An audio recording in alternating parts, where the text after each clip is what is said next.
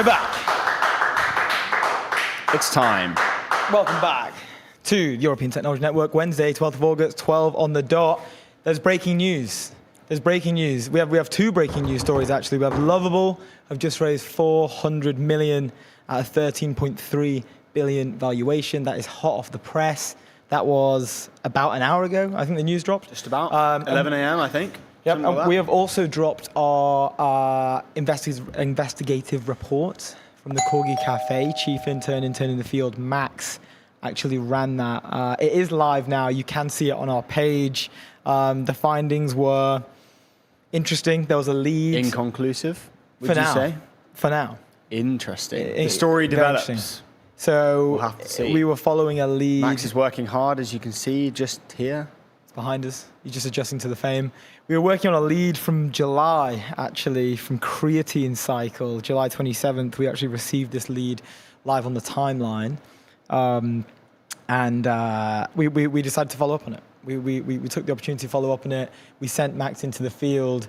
His findings were, inconclusive for now. It just seemed like everyone was having a pretty good time, enjoying the drinks, networking, enjoying the corgis. There were many corgis there. We didn't see anything about the incidents. No one knew anything about them. We asked multiple people when we were there. Maybe Max has some scoops that he can introduce us to. I don't know. Maybe he does. Look, let me get the agenda up. Let me tell you who we're having on the show today. We have one guest in person, actually. Himanshu, Dubey, co-founder at Physera, is coming on at 1:30. A load of different things to chat with him, mainly Anthropic watermarks, Brad leaving OpenAI, and then the Heinemann study that Anthropic put out the other day. Following that, we've got Azeem, Azhar, founder at Exponential View. He is actually live in the arena. Let's go. That's going to be a really interesting topic. There's a bunch of stuff to dive into with him. He's released an economics report on AI. There's also an investigation that he did on a recent trip to China around Unitree IPO, the arms race, open versus closed models. And then, as I mentioned, the June report, State of the AI Economy. We'll be digging into that and finding out more of his findings. We've also got Andrei Georgescu coming on, CEO at Vivodyne. They have some news to share. We will wait for him to share their own news because that is actually embargoed until 2 p.m. But make sure you see that. That will be breaking news. It's actually very, very interesting and original. I actually haven't seen anything like this before, so very excited to fire some questions over at him. We've then got Chubby coming in, co-founder at SuperIntelligence, coming in at 2:30. A bunch of stuff to chat with Chubby, topics around Grok, additionally the Anthropic watermarks, and then Zuck's letter on their sort of open source type positioning, I guess is probably the best way to phrase it. And then we've got Shail. Open source release. Yeah. They are moving into open source. So it'd be good to talk to him about the narratives behind it. So that'll be excellent. And then we've got Shail coming in, co-founder and CEO at Metaview, coming back to the show. Last time we saw him was in Paris at the Raise Summit, and it was a great conversation. They've recently acquired Revel to accelerate their agentic rollout of Fillmore. We're going to be breaking that down at 2:45, closing out the show. But that is the lineup for today. The Airwallex agenda. Leave out the business banking behind with Airwallex, the all-in-one financial platform built for the pace of modern business, multi-currency accounts, corporate cards, expense management, online payments, all-in-one platform. Go to airwallex.com. They are legends of the game over there. Let's move into the Lovable news. Make sure we not start with our investigation. Okay, we can pull it up. I think maybe let's just start with the investigation. This is the field report that we did on the ground at the Corgi Cafe. We sent in our investigative journalist, the intern, that is capital T, capital I. It is a title. It's one of the most famed titles here at ETN, actually. Max was on the ground. Max was doing live interviews, as I said earlier, just trying to work out what did creatine cycle mean when you put that message out in July. So we can bring this up onto the screen. Just check it. Will I share this, or you can just bring it up? Let's bring it up on the big screen and let's see. Let's watch the video. Just what Max found. Let's see what he uncovered there on his trip to. Creatine Cycle once said, "Never ask a man his salary, never ask a woman her age, and never ask the Corgi Cafe manager about the incidents." I'm Max Cunningham, the chief intern at ETN, and we're here in Shoreditch today at the grand opening of the Corgi Cafe. But what are these incidents? Well, we're here to find out.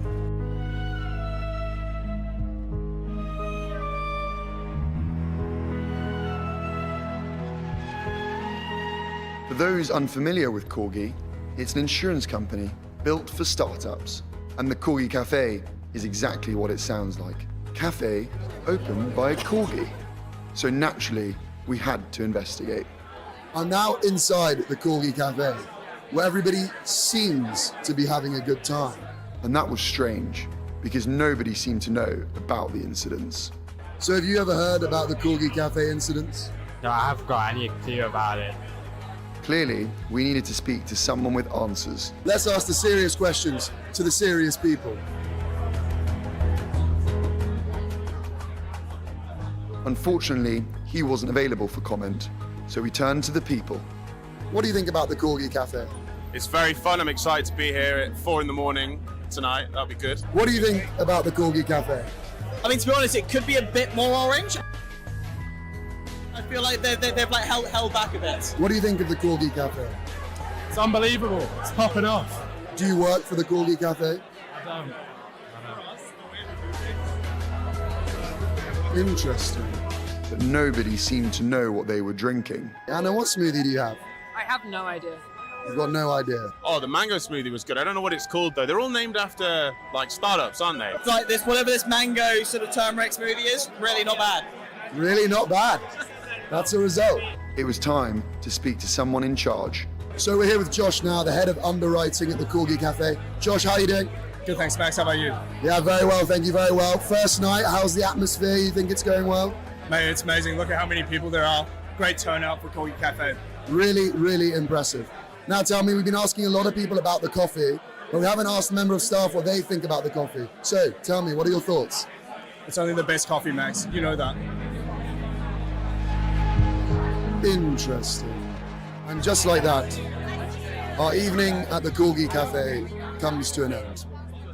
It's been fun. We've had corgis, real life corgis. We've had coffee, a lot of conversations about coffee. But one thing is for certain. There's nothing conclusive about these incidents yet. And here he is. Phenomenal work. We have a bit of on the ground. suspenseful music going on. Max, you're obviously here live with us today. You're wearing the Valerian merch. Yeah. Shout out to Valerian HQ. I feel like Jensen Huang's got his black leather jacket. Yeah, you feel good in that. It does increase your aura, to be fair, which was already previously maxed out, I thought. Pardon the pun. Tell us, what did you find there at the Corgi Cafe? A lot of What was people going having a good time. Nice. We went in there, as you said, with a lead Yep. that we kind of thought would develop into something, thought we'd get developing situation. That's what I thought. But no, everyone having a good time, good smoothies, good coffee, Yep. and a lot of builders. Yeah. Like London. I'm hearing the same thing. Yeah. The corgis, Max. Did you interact with the corgis? I saw there was tried to get an interview with one of them, but Yeah, it was a they were shame. quite swamped. It was a shame. I was getting a lot of no comment when I was looking for a bit of honesty.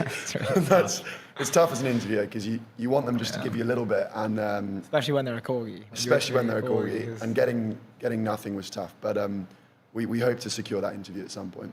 Do you think you'll ever have a conclusive, thing happen with? Because the reports, the reports. Do you think there'll be anything conclusive that you can come out with ever? Well, if they're hiding something, they're hiding it very well. Interesting. That's what I'd say on that. Interesting. Because what I got was that everyone was having a good time. Wow, interesting. And are you working on any other investigative reports at the moment? Or? Not at the moment. Sorry, not at the moment. But we'll have to see what London comes up with. Yeah, no. Well, look, thank you for your interesting. service. Thank you for your work. We appreciate it. Great. You're doing great work. Thanks for having me, guys. Yeah. Thanks Of for coming on the course. show Shout as out well. to the Valerian Bowler jackets as well. Really appreciate it. There we go.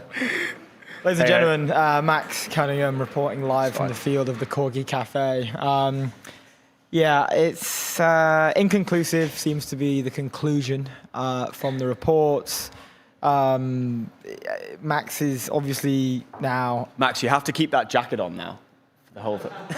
He's obviously... I'm joking. He's taken his position as lead investigative journalist here at ETN, which is, we really love to see it.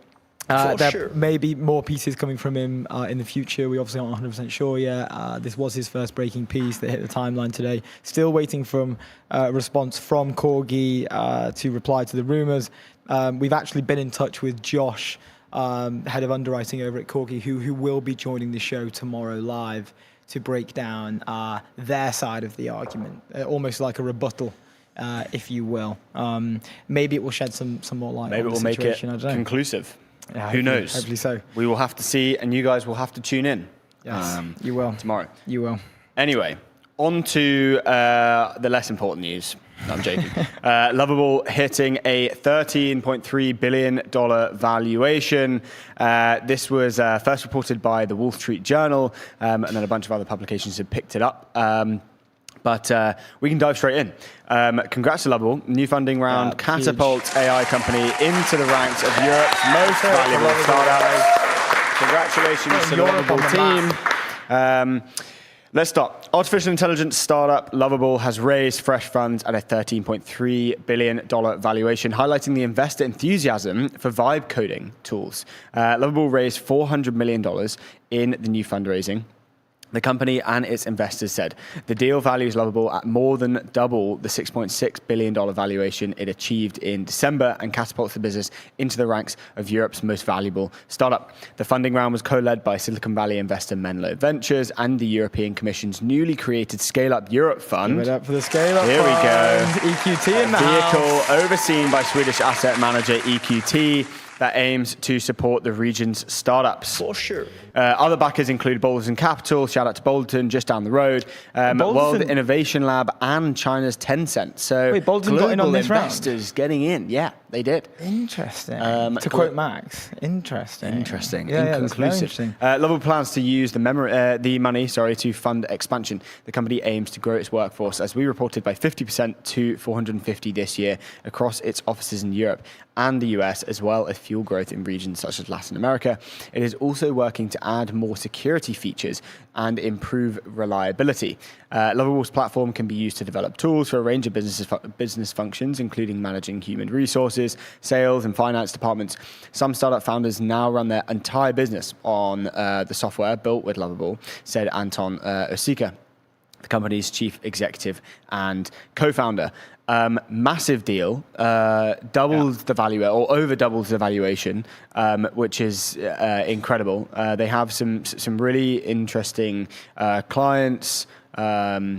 I think the Wall Street Journal reported, so clients include chip company NVIDIA, which uses the platform to develop customized software for its team leaders to keep track of projects and ensure they are delivered on time. Other corporate users include sportswear company Adidas, publisher Hearst, and software as a service provider Zendesk.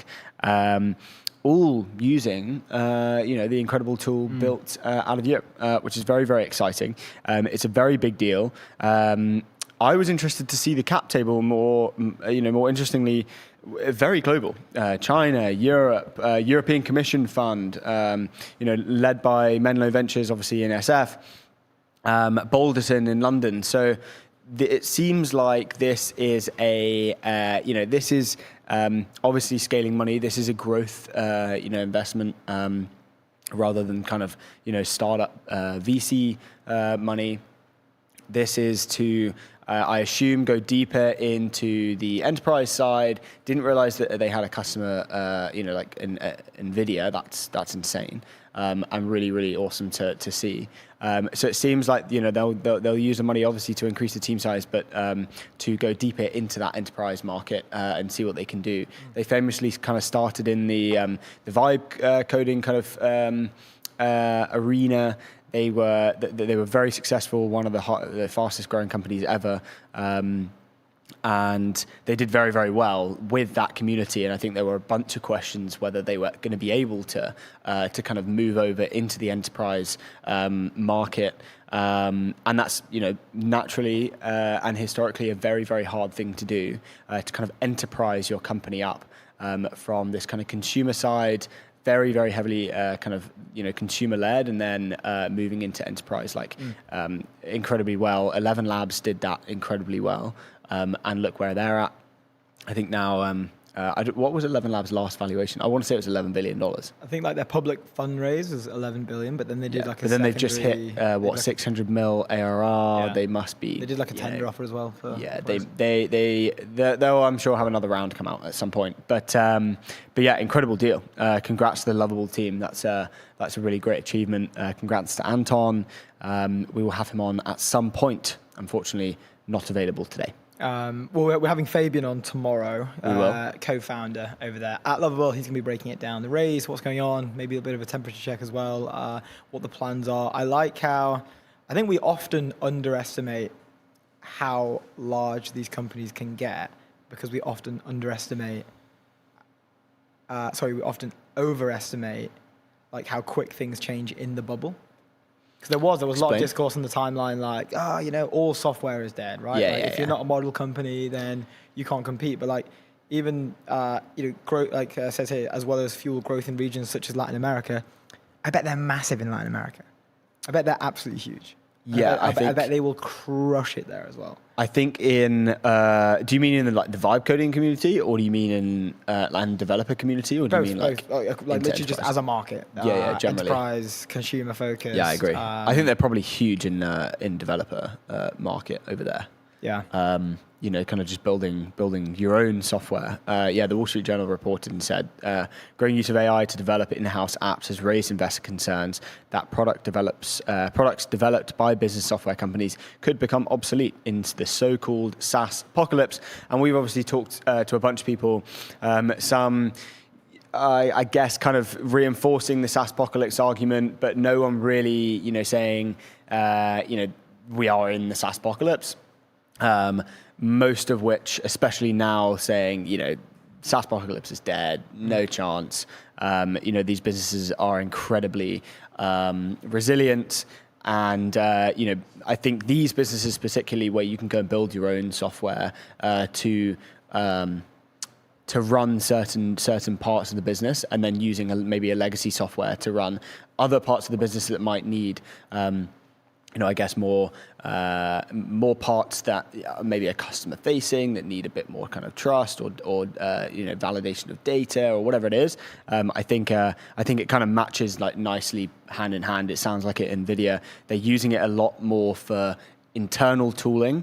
In terms of how teams are actually being run, which I think is quite a cool wedge to be able to get into the enterprise. They're not building the enterprise for the enterprise to then sell said software or usability to their customers. I don't think it even touches, goes out of the walls of that company. I think it will just be internal tooling to help, organize staff, run the business generally, and, manage all the other parts of a business that need to be managed. So sounds like an incredible wedge. And, they've clearly been able to get global interest from some investors. I mean, Menlo is a great lead to have, and obviously Balderton kind of following in is really cool. I'm surprised, and China as well. China? I'm wondering if Balderton, they must have had this across their desk at Series A probably. Oh really? And they've like kind of held off. I think they must have maybe. Let's just do it. Yeah. I think they must have just pulled the trigger recently. Maybe I'm not sure what obviously the stake is.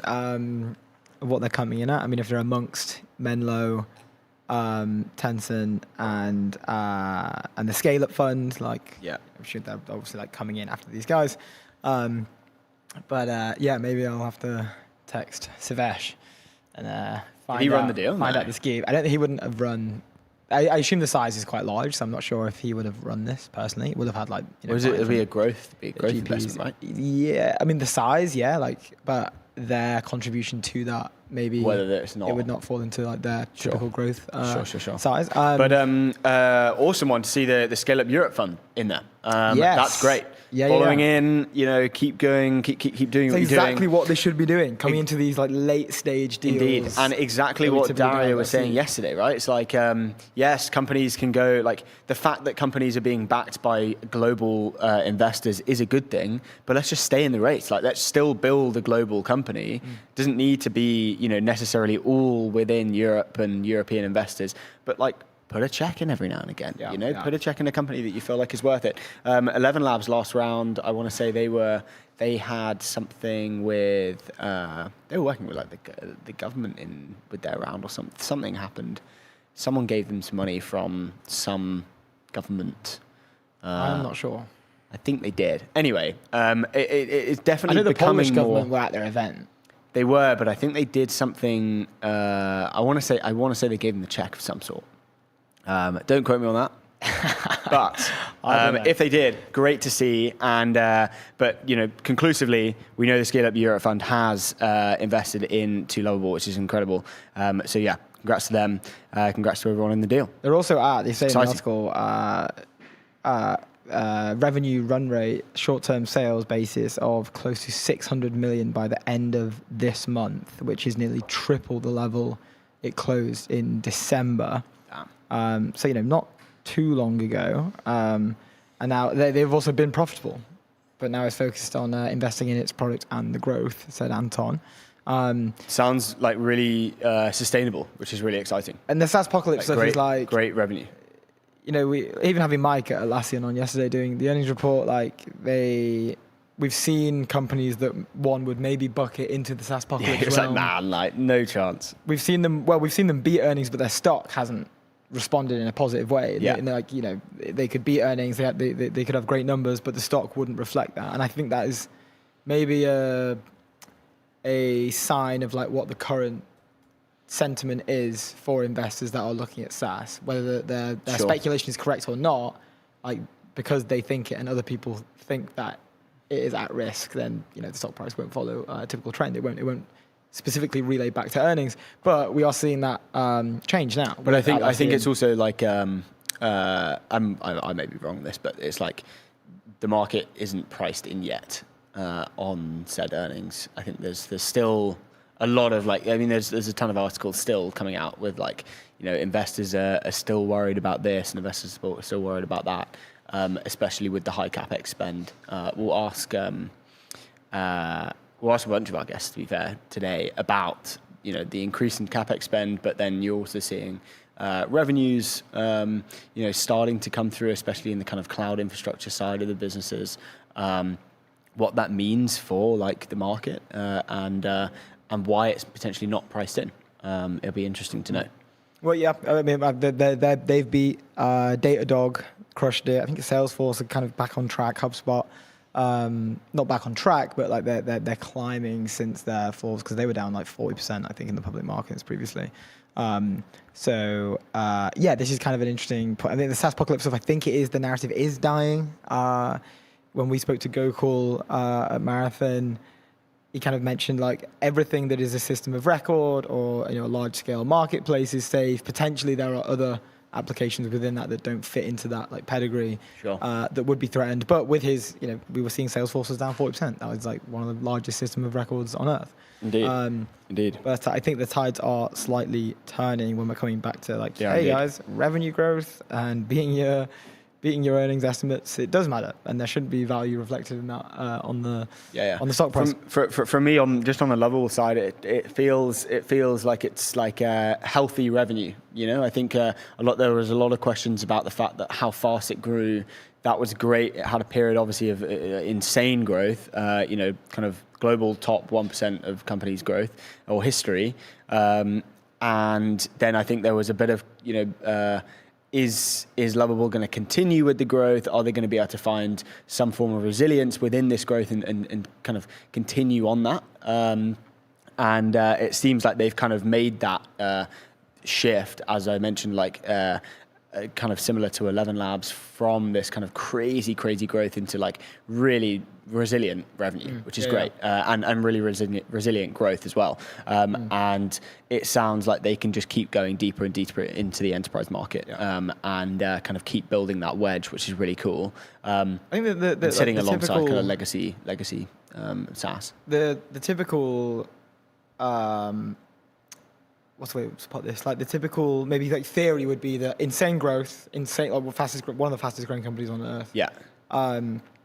Narrative of like the models performing incredibly well, Claude design being dropped, like they were killing industries, which is always overstated anyway. People overreact, but because they overreact, they go even more viral. Well, we had that period of the Claude thing, where I think that you mentioned like yesterday, where it was like, 4 months ago, beginning of this year, it was like, Claude was just, dropping and just killing startups. Whenever they went to a specific, well, it wasn't even startups, it was publicly listed companies, like taking 5% drops on the day whenever they choose a vertical to announce something in, which is obviously overstated. I remember the Claude design thing in Figma, being like, Figma's dead, Claude design's here, it's just going to rip everything out. And realistically, Figma's doing incredibly well, as per their earnings call. I think that will price into the market pretty soon. Within that, so like the narrative would be, insane growth. Scary thing launches here that threatens our sign-up speed, like the amount of customers we can get on, because it's like, oh, maybe that's dead now, and like we should all go to the models. Sure. With that, then probably the questions that investors are asking, as we saw with Dario and like the open source threats, like here's a threat to the revenue. How are you guys positioned to address this? Yeah. Will or be resilient to it. Or be resilient to it. Yeah. Do you have a moat against this? Yeah. Like, will you use this to grow faster, or will you use this to like? Are you resilient to it? So but even pre-money, like how are you guys defensible, against like the model layers, right? And like that's a very fair question to ask, which would impact how much money, or even if they come in, with actually all the conversations they're having, like those will be questions that are coming up in the meetings. But then it must be just like the internal numbers must just be absolute, because I think that's a fair question to ask. Agree. But obviously they've gone into the data room, they've lifted up the HUD and been like, guys, look at this. Like, there's no way you don't give us money. Like, look how good these numbers are. Like, you can speculate all you want on the threat, but like, look at this thing go. Yeah. Obviously you're coming in. Yeah. Which I think that must be the conversations they're having. Like, it just must be, because like, valid argument, but that valid argument's going to do nothing for when you look at the business. When you actually look at the fundamentals, absolutely like chugging. Yeah. No, it's probably an exciting time for Anton to kind of push those those investors down that were very speculative and say, hey, like actually look at look at what we've done in the past. When did they last raise? I can't remember. The last 5 months, 6 months, and just say, We've been able to move this business into a very like resilient position. Are you in or not? I have all the power type thing. Yeah. Which is a great position for a founder to be, which is good. Anyway, let me say about Polymarket. Let's talk about Polymarket. It's the world's largest prediction market. Stay informed, profit from your knowledge. Go to polymarket.com. For sure. Next on the docket, we have a little fella called Grokbot. Grokbot hit the timeline, which apparently is very adorable. People were commenting like, "Hey, like, where did you get this design?" Like, this, oh, really? Like Benji ran it internally, who is not replacing Nikita, but it was originally brought on as a designer by Nikita. We've discussed it many times on the show. He led the design for this. I think it's great. I've seen like people say like, "Hey," like I've seen like 20 different people be like, "Hey, you copied my logo." It's like, you've all, guys, shut up. Like, you've all got this similar looking logo. It's not even that similar. Like, one guy was holding it on like a tiny, like little microprocessing chip. But I think they've done a great job branding this. I think it looks really great. And we can dig into. But then, I mean, how far can you go with a black circle and 2 white eyes? Well, this is the thing, yeah. So everyone, it's just like you guys chose a pretty standard one anyway. Like, and I think they've made it. They look really chose good. a standard thing. They don't need to reinvent the wheel. I mean, like there were a bunch of comments being like putting the Claude app and the ChatGPT app like alongside this Grokbot app, and it stands out. I think Sam Jenks was like, "Yeah, it stands out well." I think it's a great design. Agree. Very quick. So this hit the timeline yesterday. It was dropped from the SpaceX. And sorry, they've made a Grokbot X account actually. So it was dropped via that. And Cold release. It was very Love well to see it. received. You know, it's very connected to Cursor. It sounds like the Cursor team may have worked on this as well. So SpaceX AI is rolling out a new artificial intelligence software that's designed to act like a team of AI agents, fielding assignments throughout the day, marking the latest bid by Elon Musk company to keep up the pace with Anthropic and OpenAI. The new product is called Grokbot. It is designed to seamlessly handle a wide range of professional work. The tool can sign into various apps, websites, retain information from prior tasks, and enable bots to share details and context with each other.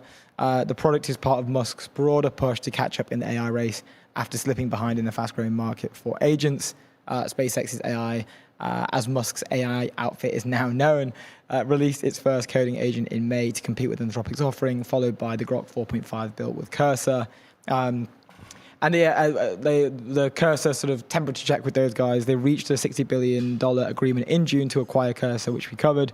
And they've kind of emerged as a key vibe coding player. Well, So they helped, very they helped smart build acquisition. Grok 4.5, and will obviously be very, we'll be helping to build Grok 4.6, and I assume have been very, hands-on with Grokbot as well. But they built it as an internal tool, which I think is really cool. And then they were like, this is changing the way that we do things.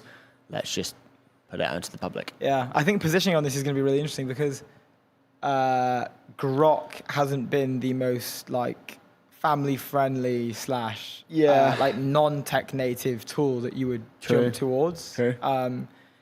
And I think the way that they're positioning it, we have insider, then insider, outsider, who maybe isn't chronically online all the time, but they do work in tech.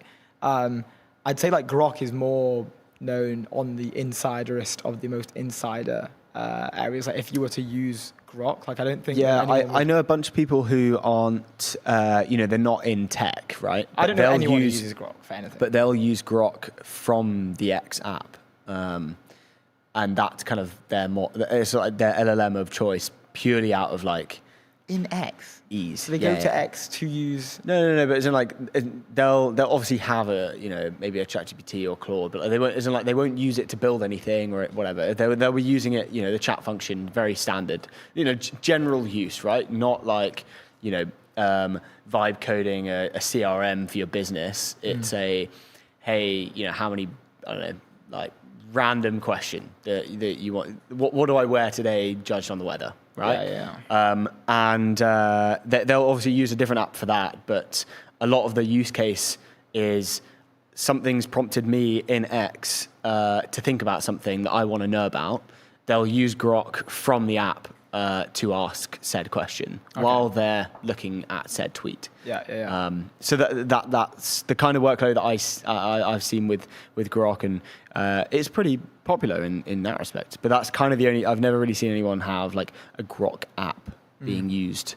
I wonder what the usage statistics are. They must be completely and utterly incomparable. Well, it'll be interesting if they take any of the because obviously this is direct competitor to to everything that Peter Steinberg was working on with OpenAI, and whether it kind of does anything that the OpenClaw stuff is doing well. It seems like that is that's the main comparison that we should be making here. But I don't know. Depends. Do they win that market? Having released this, we'll have to see. I mean, the launch went very, very well. Everyone was pretty everyone was pretty happy with it. Yeah. A lot of people were really pumped about it. I think it's smart for them to try and focus on a specific vertical within this race. And try and productize it. Yeah, I agree. That's where they should be. I don't think they should. Well, I think they need to get that market on side before they start kind of trying with the frontier model side. I don't think you need.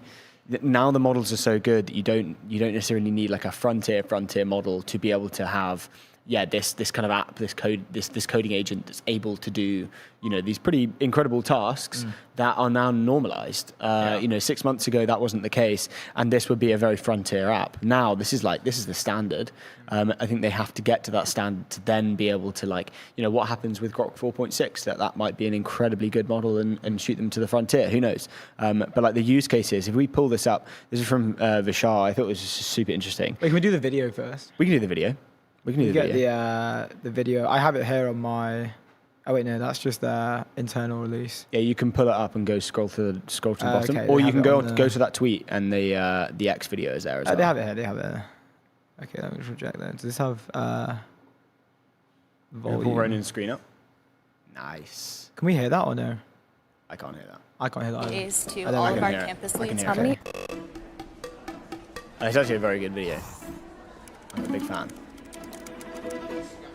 Can you send NDAs to all of our campus leads? How many employees do I have starting on Monday? Confirm which companies on LinkedIn you're currently parsing through.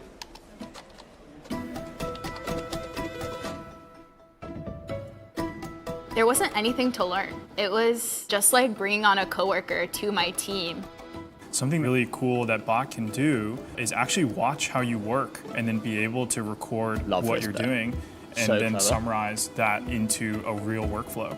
It's not using your computer, so you can keep doing work in parallel while bot is working on another instance. For almost every other AI product I've used, the output is in the chat. With bot, the output is somewhere else. Having an actual computer instance that has the browser open, that understands how the site actually functions, that's, I think, why it's worked so well. It all started with email. I said, just go off and send them. All of them had sent out, as I had said, and it's kind of built its own layer of trust, and it's something that I'm totally comfortable being hands-off with. I have a Figma agent that will create slides for me during a meeting. It will pull the discovery notes and then create a slide deck at the end of the call. I like how they've They're always like, how did you mentioned create LinkedIn, they that mentioned during Granola. the call? That's incredible. I think it's funny when they talk to each other and they actually give direction to each other.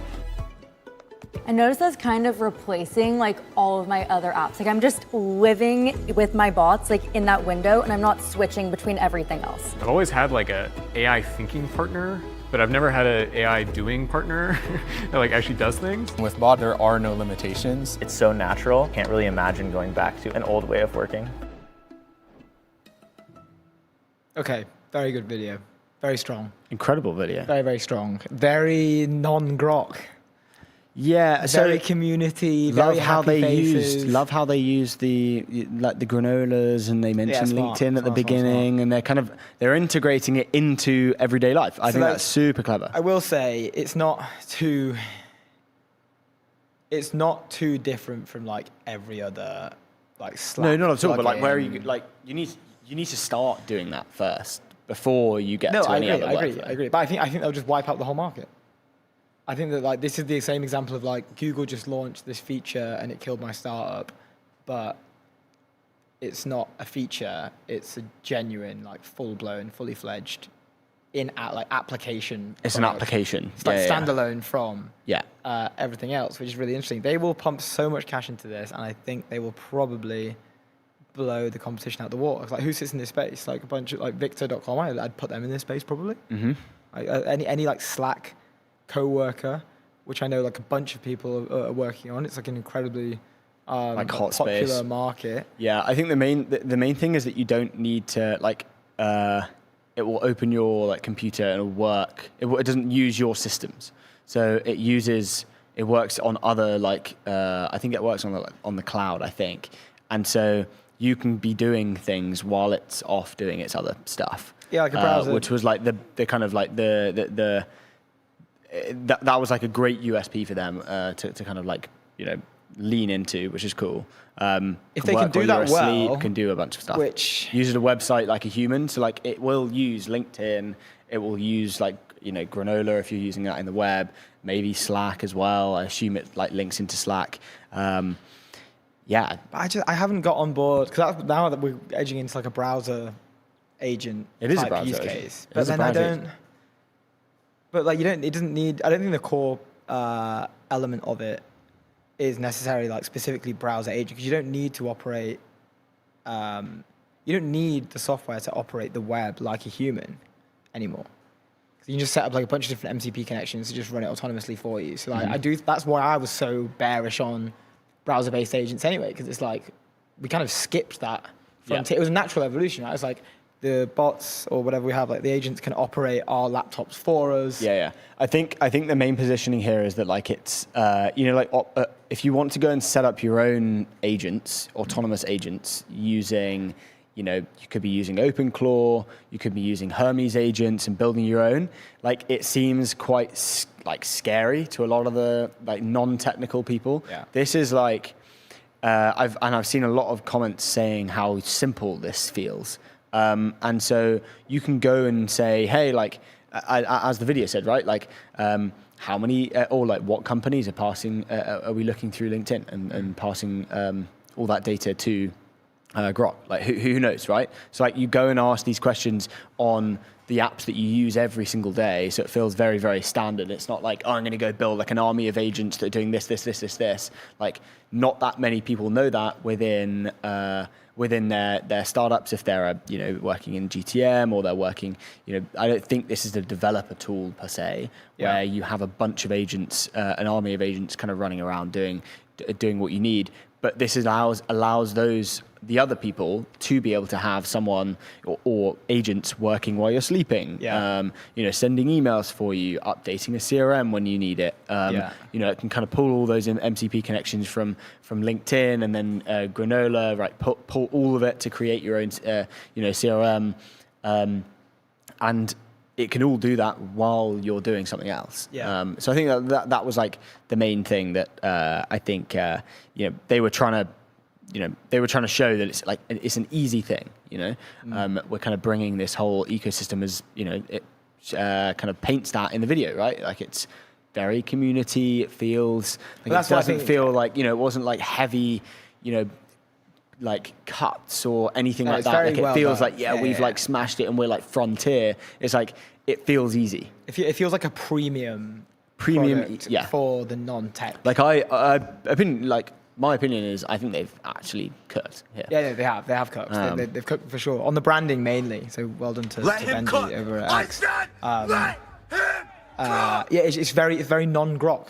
Yeah, which is like they've clearly made a very strategic decision to position it as such. Standalone app, very chilled. That could be like an Apple ad. Yeah, in terms of the vibes. I agree. And I'm not saying it's on the pedestal of an Apple ad, but like it has that theme of, we're just here doing our job every day, and like look how helpful. Like you don't even notice it. It's just like it's worked into my life. I'm getting a coffee. It's an easy thing. And it feels like human like almost even with the actual like Grok bot icon. Let's pull the tweet up from Benji. But also that's like connected to like if you hear the word Grok, but you hear like Grok bot. Yeah. They're very different. They're very, very different. They're very, very different. Had a lot of fun animating our new Grok bot icon. It's entirely made in code with every state, shape, and expression able to morph smoothly into each other. And of course, I made it with Grok build. It feels cute. Wow, 533K is insane. How many followers does Benji have now? 197,000. Okay, I think he had like 15 when he joined. Doing pretty well. It's doing pretty well. Crazy. But like this was the thing that I was talking about, right? Like stands out well. Yeah. You can kind of feel like it's like it's my little friend doing its thing. Whereas Will Depu there, very cute as well. Yeah. Looks like a friendly black hole, according to Beth. Very good from Beth. No, that's genius positioning. Yeah. Genius positioning. Genius. Would be interesting to see how the product performs. I think it's out in beta right now, they said. It is out in beta. So they use it internally. They built a bunch of stuff. They felt like, who knows if that's actually true, but, that's what a lot of these kind of like enterprise companies kind of talk about, hey, like we built this internally and it changed the way that we worked. And now we're rolling it out to you guys.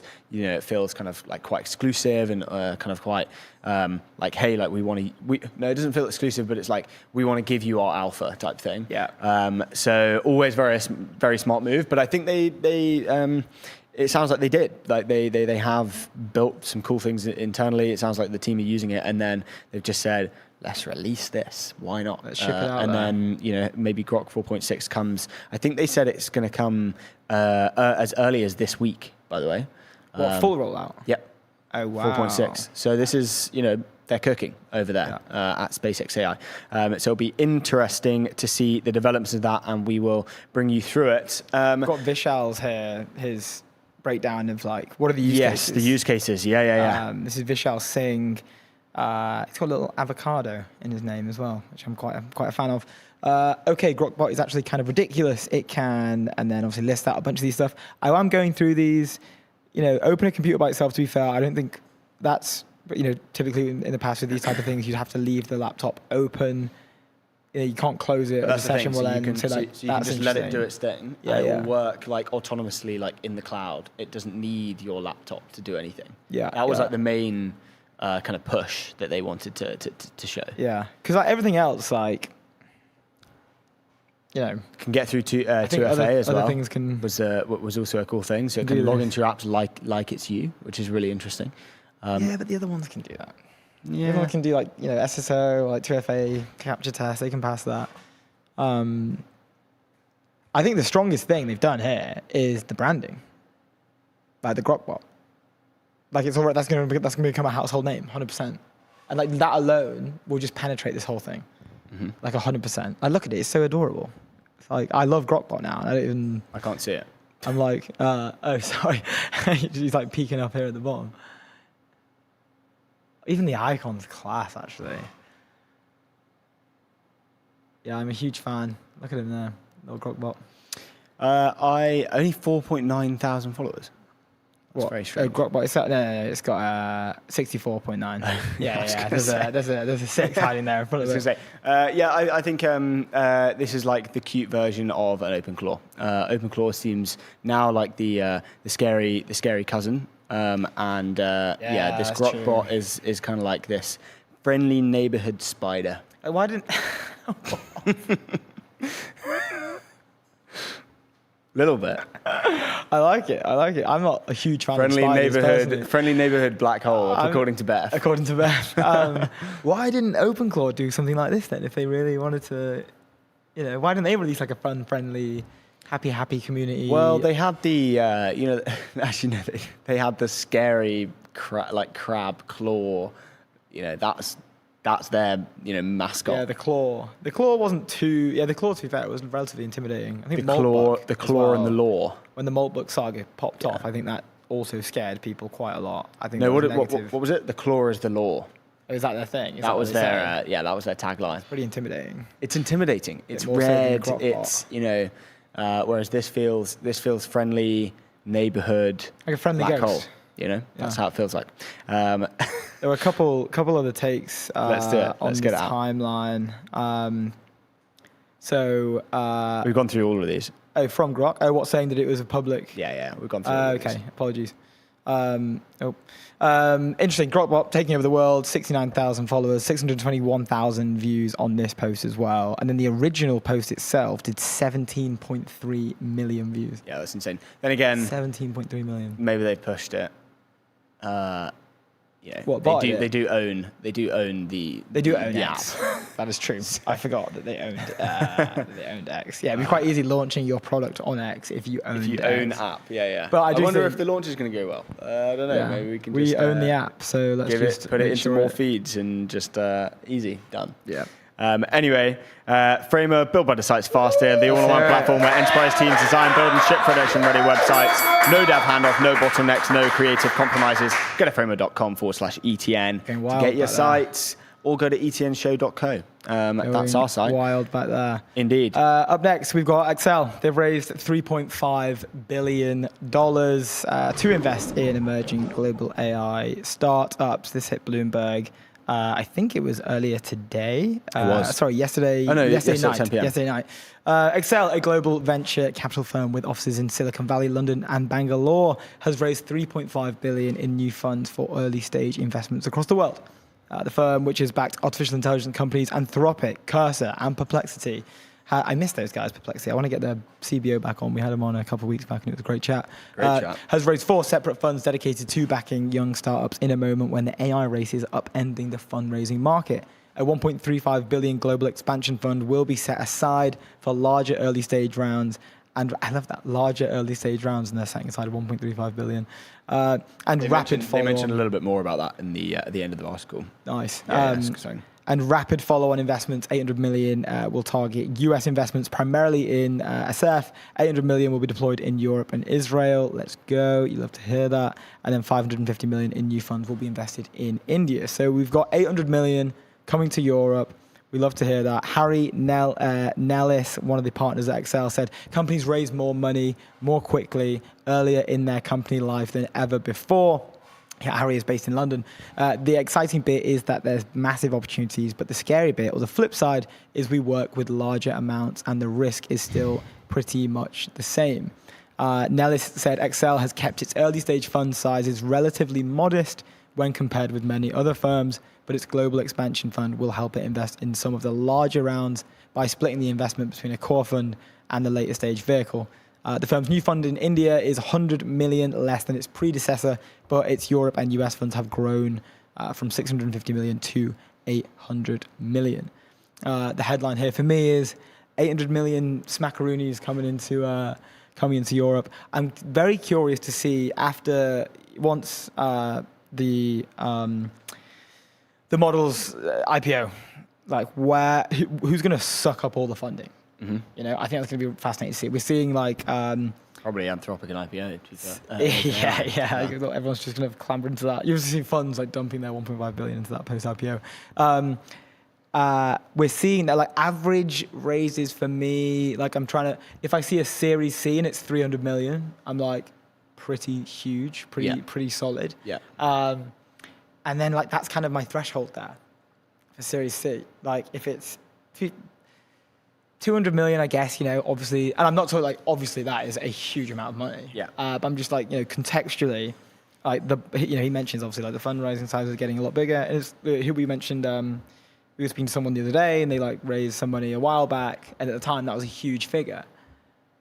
But like now, if you were to do that, it's like, get off the show. Yeah, boo.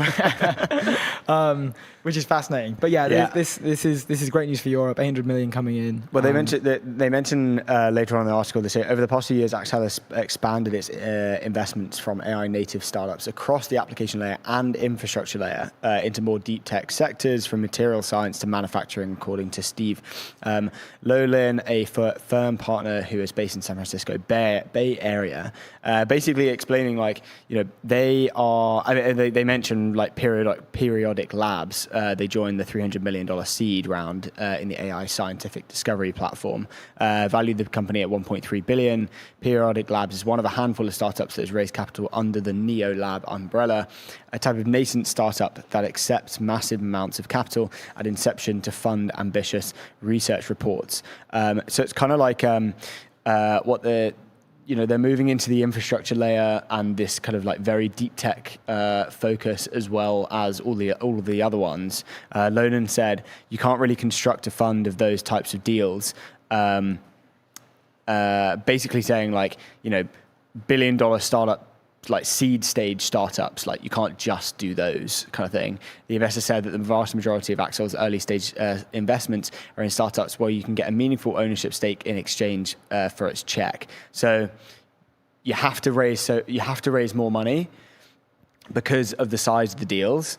$1 billion seed stage is like not actually, you know, it's not incredibly rare now. Obviously it is, you know, an incredible achievement, but it isn't. It's not like one and done per year. Yeah. There are at least a few a year, and Axel are going to be in the runnings for a lot of them if they want to be. And so, what Lolan's saying is like you have to be able to raise this amount of money because these startups are raising so much. But then you also need enough money to be able to do the I don't want to say smaller checks, but the less $1 billion seed stage check. So you're kind of doing, both because you kind of have to. If you want to be one of those T1, funds, you have to be doing both. and so therefore you have to be raising more and more money.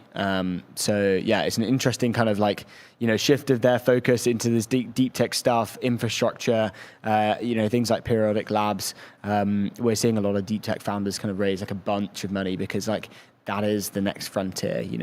I think like software is solved is like, it's becoming a bit of a narrative, and what happens with the physical world, with everything happening in AI, people are still trying to work it out, and therefore they're raising money like this. Yeah. The trends I think we found from just chatting to people on the show all the time would be world models, the intersection of like AI, materials, biology, chemistry, and then just like hardware and maybe materials discovery as well. Yeah, I'd say like the three.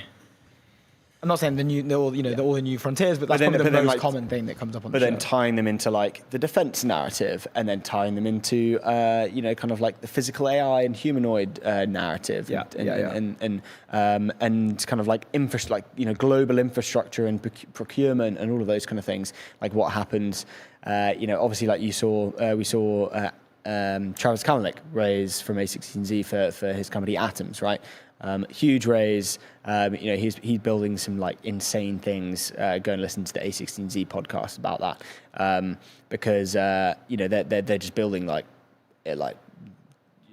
like Avatar style, physical robotics, and you need a lot of money to be able to go and do that. And more companies are going to do that because that is the narrative that it's kind of like moving into, and therefore these global investors like an Axel need to go and move into those kind of deep tech areas that used to be very niche. Used to have just deep tech funds, and now it's becoming a thing. Everyone's that a you deep tech have. fund. Everyone is a deep tech. Who was it? Lucas was saying that. We're all deep tech guys. Lucas was saying that yesterday. I could say I'm a deep tech guy. I'm a deep tech investor. Let's go. I have an investment in a deep tech company. That means, by proxy, I am a deep tech investor. But Lucas into deep tech. That's good. I like that. Lucas is saying that on his appearance on the show yesterday, like especially in like the robotics space, but he's just seeing all these like random companies who have never been interested in the space. I mean, you can't blame them, right? Like their job is to return funds to the LPs, so like you would obviously chase flock trends towards where, it's like trend chasing. But he was saying, he was like surprised at how many were coming in. Yeah, like he was seeing, people pop up on cap tables. He's like, what? Like, when did you guys? What the hell? Yeah, when did you guys like start backing this thesis, which is really interesting. Yeah. Anyway, we only got half an hour, so let's move on. But before we do that, I want to talk to you about BVNK, accelerating the global money movement. BVNK provides enterprise-grade stablecoin infrastructure for global businesses, enabling fast, compliant payments and digital assets solutions worldwide. Go to bvnk.com. Let's move on to Phoebe Gates. Nice. Phoebe Gates.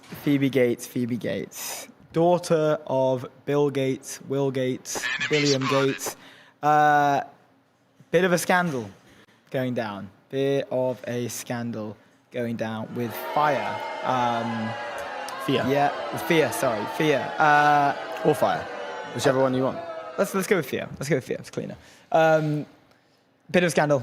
Hit the timeline. This has been in conversations for a number of weeks. I think they first made headlines, one, because it's Bill Gates' daughter, so it would naturally make headlines when she's raising money to start a fund, but also because their cap table was basically just full of influencers. It was like all the biggest creators were getting in. It kind of became a thing that you like had to be in this if you were like a top tier influencer. Very, very smart from a GTM perspective. Like, put them onto a global pedestal in terms of distribution. Plus, it's an e-commerce startup, right? So made complete sense. Made complete sense. For them to run that. And very, very, very clever. Not so clever to be kind of crudding up your numbers there. So this is an article from Bloomberg. Phoebe Gates' new fear shopping app took credit for sales it didn't drive. I've seen people make takes on the timeline, kind of calling it like cookie smashing or something. There was like a name for this. It's like a thing that does, and it's also like a federal crime. It is. Well, it's fraud, isn't it? To do that, I think. So that's not great. But it's got the fraud stamp. They give us, I think is she Forbes 30 under 30 as well? She probably will be. I mean, she's probably Forbes 30 under 30 when she was 1. Yeah. Yes, Congrats. Bill Gates, so congrats for that. But anyway, the article goes into to break it down. What's going on here? FIA co-founders Phoebe Gates and Sophia Kiani pushed for features in the e-commerce startup software that took credit for sales it didn't drive, according to internal comms. I also saw, I'm not sure if it's in this article, but there are leaks of internal Slack messages as well. The founders were aware of the practice for at least 7 months, going back to December. According to people and messages posted in into the company's internal Slack channels that were shared with Bloomberg News. No. Okay, juicy. The people also said, "Please do not identify me. You don't want to out your scoop. You don't want to out your anon scoop." The timetable runs counter to public remarks by the company, which said on July 8th that it had only become aware of the situation within the last 24 hours. So they're saying 24 hours. Internal comms channels are saying since December, and this is just a dreadful look, unfortunately. FIA bills itself as a personal shopping assistant that helps users find the lowest prices on a broad range of clothes and fashion accessories. It operates a browser extension that, when used as part of the online checkout process, can quickly find discount codes for products and save shoppers money. So there was a guy, the guy who did Honey. Is it Honey, like the browser extension where it would instantly find you discount codes on, and they absolutely crushed. I think I saw him chime in actually on this on the timeline. I remember having that as a Google Chrome extension, but I never used it. I never used it personally. I've listened to it would pop up when I would purchase something, and I never used it. He did a podcast with someone that I listened to like 3 months ago. It was really good. He's a really interesting, smart bloke. But yes, browser-based agent helps you find discount codes on items within the fashion world, clothes, accessories, that type of thing. They've been fudging it. When a shopper uses FIA's product to help make a purchase, the company earns a commission from the retailer for helping drive the sale. But FIA's browser extension was also designed to report that the startup drove a sale even when its product was never used, a practice that resulted in increased commissions, says Bloomberg. The company said at the time that the problem stemmed from a software bug that had only been discovered on the day it was contacted by Bloomberg. Yikes. This is kind of getting caught red-handed. In reality, Kiani and Gates, the daughter of billionaire Microsoft Corp co-founder Bill Gates, were aware of features that, without user intent, set a web tracking device known as a cookie into the checkout process for online sales. This is all coming from the internal Slack messages. The strategy, which is broadly prohibited by FIA's commercial partners, was implemented at least as far back as December. The internal chats have shown this and involve purchases made up on websites of several major retailers, including Nike, Gap, and Nordstrom. Yikes. Any features causing misattributions were immediately removed over a month ago. On July 7th, the FIA spokesperson said, "We are reviewing every transaction. We're fully committed to have and already begun issuing all transaction reversals to brand partners as a result of any misattribution. And we are hiring a head of compliance to make sure something like this never happens again."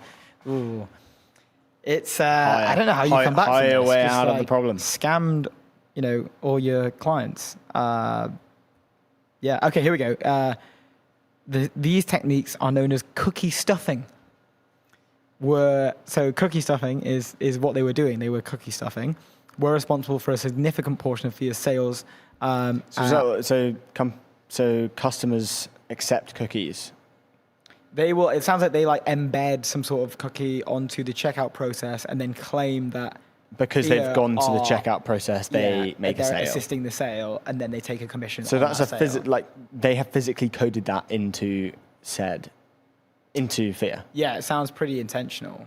So I don't think that would just happen. I mean, surely that couldn't happen on accident. Walk past engineer, say, "Hey, by the way, every time someone goes onto the checkout page, that's a sale." Well, the fact that it's a known thing, they must have been like, "Yo, let's cookie stuff. Let's cookie stuff. Yeah, let's cookie stuff up in here." Nice. It was responsible for a significant portion of FIA sales. After FIA disabled the features in early July, average daily revenue at the company dropped from about 80,000 to between 10,000 and 28,000, the chart shows. And a Slack message posted by a FIA data scientist on July 7th and reviewed by Bloomberg estimated that cookie stuffing accounted for more than 51% of the merchandise value FIA claimed credit for. So that's huge. That's like a huge That's a £70,000 daily drop in sales. Yeah, that's insane. Can you see if you can find the Slack messages back and forth? I just want to see if we can get them. I think I saw them on X somewhere. I'm not sure if I've got the one here. A FIA spokesperson said also part of the revenue decline was because the company disabled most of its monetization efforts at the time, not just the cookie stuffing features. So they're trying to align, another internal change at the same time to, I guess, redistribute the loss. Basically, it's not all just the cookie stuffing. The spokesperson said that the information shared by the data scientists was also inaccurate and was from a preliminary analysis that used an incorrect methodology that overstated the potential impact. So they are really struggling here. It seems like it's just excuse after excuse after excuse. Yeah. These additional findings reveal a multi-part effort designed to inflate FIA revenue despite the lack of benefit to merchants. Edelman said FIA should have spent more time learning the contracts to which they were bound and less time building tricks for quick profit. Okay, I think I found it. You have them? This is from Liz Morton, value-added resource. New at business, which is Bloomberg, reporting alleged FIA cookie stuffing. Fraud reveals Slack messages contradicting Phoebe Gates' claims it was a bug they had been aware of. Also seems like Etsy could have a case with ironic precedent from eBay, the digital point solution to back them up. Phoebe Gates. For Etsy, I see we have a coupon, so we should capture every transaction as monetized GMV, but I only see 9K from this week. And 9K from this week. Has only 9K this week gone through Etsy? ? This is weekly monetized GMV and revenue through Etsy. We have a coupon on Etsy, but I found the automatic coupon application isn't working, which is why we are not capturing every transaction. I also informed Operations 1 about this issue. Once it is fixed, we will be able to capture the full GMV and revenue.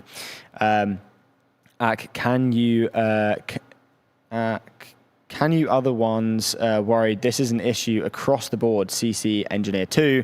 Can you confirm auto pop for cookie drop is live on all sites with a coupon to confirm we are monetizing all GMV through those or not live? Hey, Engineer 1. Coupon auto apply is not required for a cookie drop as long as we auto pop, we drop our cookie. CC everyone. But regardless, we should capture every transaction. Phoebe Gates then says if the cookie drop was working, so capture all of it essentially was the TLDR essentially. Wow, that's insane. They break down what is cookie stuffing here. In the affiliate marketing industry, businesses and individuals like social media influencers can it is a thing. Commissions. That's a thing. Yeah, this is completely I think it's illegal to do, but it is a thing. Oh, yeah. Can earn commissions by driving sales on behalf of a brand. That's just like standard affiliate marketing. To ensure that they get credit for the sale, the affiliate sets a cookie with a unique tracking identifier on their shopper's browser during the sales process as proof of their involvement, a method which is known as dropping a cookie.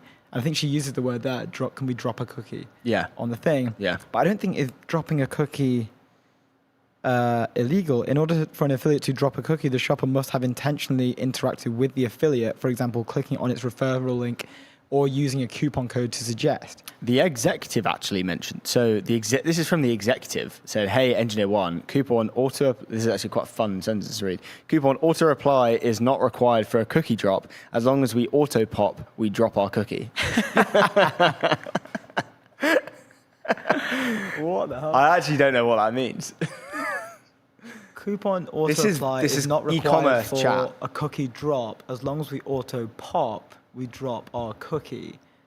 So they're looking to manually auto apply is not required for a cookie drop. Okay, well the cookie drop we've just found out here is dropping a cookie is to ensure that they get credit for the sale. The affiliate sets a cookie with a unique tracking identifier on their shopper's browser during the sale process as proof of their involvement. So yeah, just like a shared URL type thing, right? That's sure. Dropping a cookie is, make sure we get the credit for that.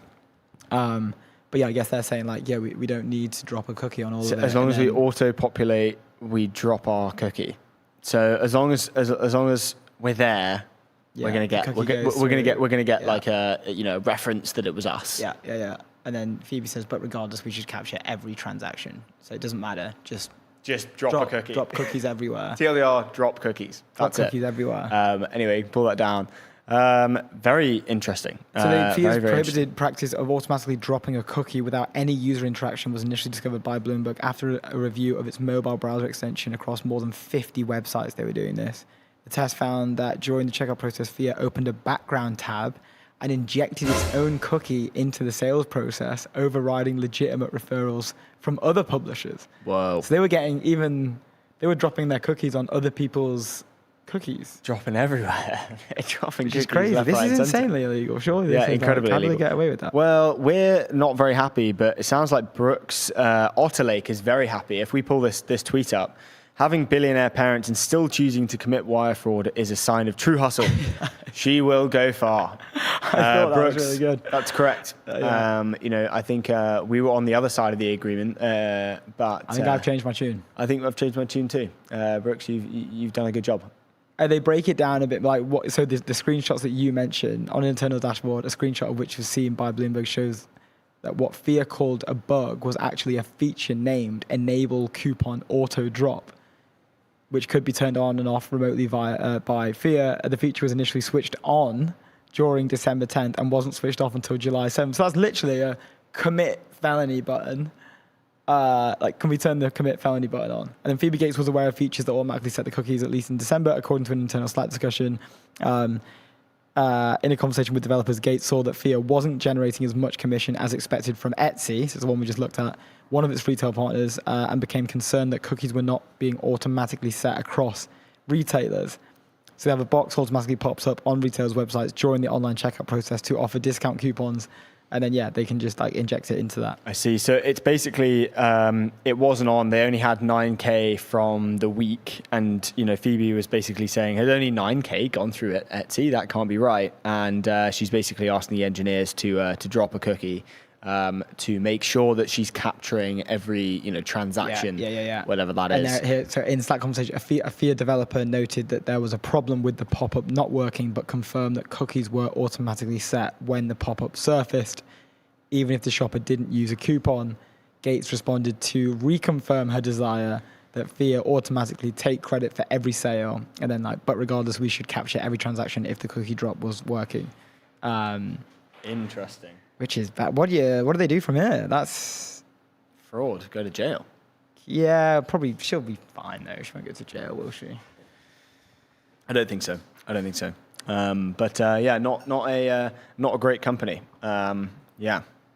Hey, don't love the fraud. Don't love the fraud there. Who knows what will happen with FIA? I'm sure they're not going to do very well. But talking about a company that will do well, 11 Labs, AI that communicates at human level across every channel and modality, deploy conversational agents across every customer interaction, create on-brand content at scale. Go to 11labs.io. Alex, loving 11 Labs today. We love 11 Labs. Should we get up the data maxes feeding their every health move to AI? Data maxes are using AI to health max. This is the story broken by the Wall Street Journal today. Congrats to them. From marathon training to tracking office angst, health obsessives are linking their data to chatbots to build hyper-personalized coaches, reported by the Wall Street Journal this morning. This is Julian Flieler. We read an article actually yesterday that was talking about what was it? It was talking about the boyfriends or something to do with the PE. No, the other one. The other back one. in session. And they went through all of the examples. This is basically the same article, just Samsung, with health maxes. Samsung, the Korean. Oh man, there's 5 example of these health maxes. I haven't looked at this. So the story goes: as a competitive runner, Julian Flieler relied on human coaches to time his splits and manage his training regime. Today, he prepares for recreational marathons under the watchful eye of a chatbot. Armed with the workout, sleep, and other biometric data, Flieler collects with fitness trackers. Anthropic's Claude Code suggests workout modifications. It helps the 25-year-old software engineer connect the dots between his work schedule and athletic performance. Before Claude, Flieler received pings about stats such as heart rate variability or HRV, which generated more stress than clarity. He quotes, your HRV is 60. Okay, great.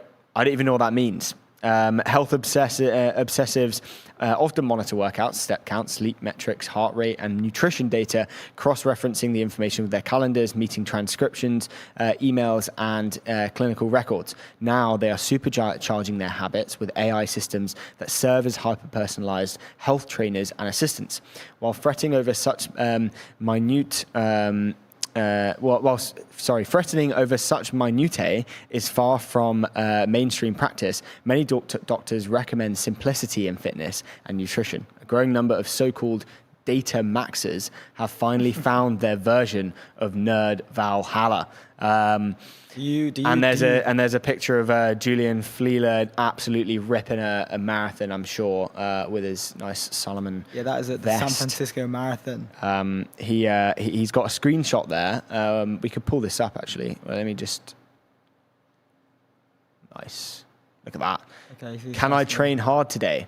ChatGPT. Oh no, this is. Oh wow, I thought this was ChatGPT. That's crazy. This is Claude.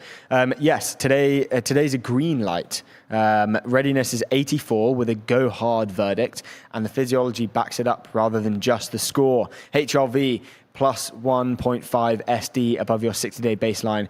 Clearly, parasympathetically fresh. Still don't know what that means. Resting heart rate 1.6 SD below baseline. Same story from the other direction. TSB is 0.1, neutral form, no accumulated fatigue drag, and ACWR monotony took nothing off. The one blemish is 136 minutes of sleep debt, which shaved off a few points of recovery. It's not enough to change the verdict, but it's the thing that will bite you if you turned up a tempo to a VO2 max session. Must be tough. That's cool. I like that. I'm a health maxer. I'm not really a data maxer. Sorry. I'm more the simplicity style. I just kind of tend to, I feel it. I'm going to do it. Go with the flow. So I used to be mad into this, and I think I got a little bit too into this, where I was. Well, you had a Whoop. I had a Whoop. So this is like using your Whoop data to and extracting that data and then getting insights from the data. You can build that in an afternoon now. Yeah. Exciting. It's a lot, and chucking it into Claude, like connecting it to Claude natively would obviously be a lot better. I assume than just using it because they have their own AI in Whoop, but it used to. I mean, I've not used it for over a year. It kind of sucked a little bit. It wasn't really that good. This is a year ago, and it was in Whoop, so maybe it's got a lot better. But I do remember using that, and getting pretty Whoop pilled. Yeah. And I think we've mentioned it before, but I had a buddy who was also pretty Whoop pilled as well, and he'd wake up. You were in a group chat of Whoopers. Oh, I had many group chats of Whoopers. Which you really actually asked me to get a Whooper group chat. You asked me, do you want to be part of the Whooper group chat? And I thought, it's not me, pal. It's not you. I'm not that guy, pal. So a few things on this. One is I had a friend who was also... You had a friend? A bit of a Whoop maxer. Do we have crickets for that? There we go. I had a friend who was a bit of a Whoop maxer, and he one time told me a story. He stopped wearing his Whoop. He one time had an okay sleep, because he knew he had an okay sleep. He hadn't checked his Whoop. He'd gotten a little bit late, went to sleep, maybe had a beer the night before. Woke up the next day and was in his brain, he was I feel great. I feel really good. I'm going to go into the office today. I'm going to smash it. Big day, whatever. And then he checks his Whoop and it's bad recovery, bad sleep. Yeah. Take it easy today. Die. So he was I feel really bad. I suck. I'm going to stay at home. I'm going to work from home. So I do think that, I think people underestimate the power of just kind of firming it. Yeah. If you just firm it and you just convince yourself that you're fine, I do think usually you're just fine. I think people underestimate. I'm a placebo maxer rather than a data maxer. I was super on it. I remember when we just quickly on it. Now we have this schedule with the show. It's we get up at 6. We're in here by 7. In the past, I've always been a late riser. And I used to fully optimize all the time. I need 8 hours sleep. I don't care when I go to bed. I'm getting 8 hours sleep. So if I'm asleep at midnight, I'm gonna get up at 8. If I'm asleep at 1 in the morning, I'm gonna get up at 9. Always just maxing out on 8 hours sleep. And so much to the point where with the Whoop, I had a 99% sleep score for 3 months, from January to March, 2 years ago. And I used to check if I'd missed, a period of sleep, I'd get up, I'd be like, oh, like I feel dreadful. Like I only had like 80% last night. Like I feel tired. But now with this new schedule, it's like I don't have Whoop anymore. But like we'll get up at like 6, we'll go into bed at like midnight, sometimes leaving later than midnight, like 5 hours sleep a night, like 6 hours sleep a night, especially after the launch. And I feel like even better than I did previously. Yeah. Which is like so I think weird. It's just like you're just locked in and you're happy, you're doing the right work. You are, this is getting very Stephen Bartlett right now, but glass of wine ruined your life. Yeah.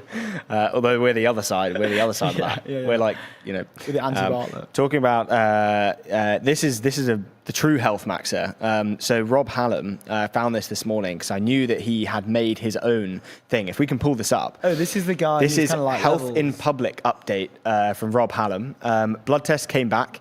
I have 2 times normal free testosterone levels. At the same time, my BMI puts me as close to underweight. So I got Fable to build this dashboard, and starting today, I will be initiating a new muscle gaining protocol. Sounds something like Max needs. This is good. Max is already maxed out on his stats. His goal is 90 kilograms and lean by early 2029. Whoa, big. Huge time scale here. First steps are to fix the following. My sleep consistency is not good. I have been skipping lifts recently. My electrolytes are low. Just ordered a year's supply of Element. My iron is low. Will eat more red meat and greens. 13.1 kilograms in 2 years means 300 extra calories a day. Should be doable. Since I'm doing this in public, my dashboard is here.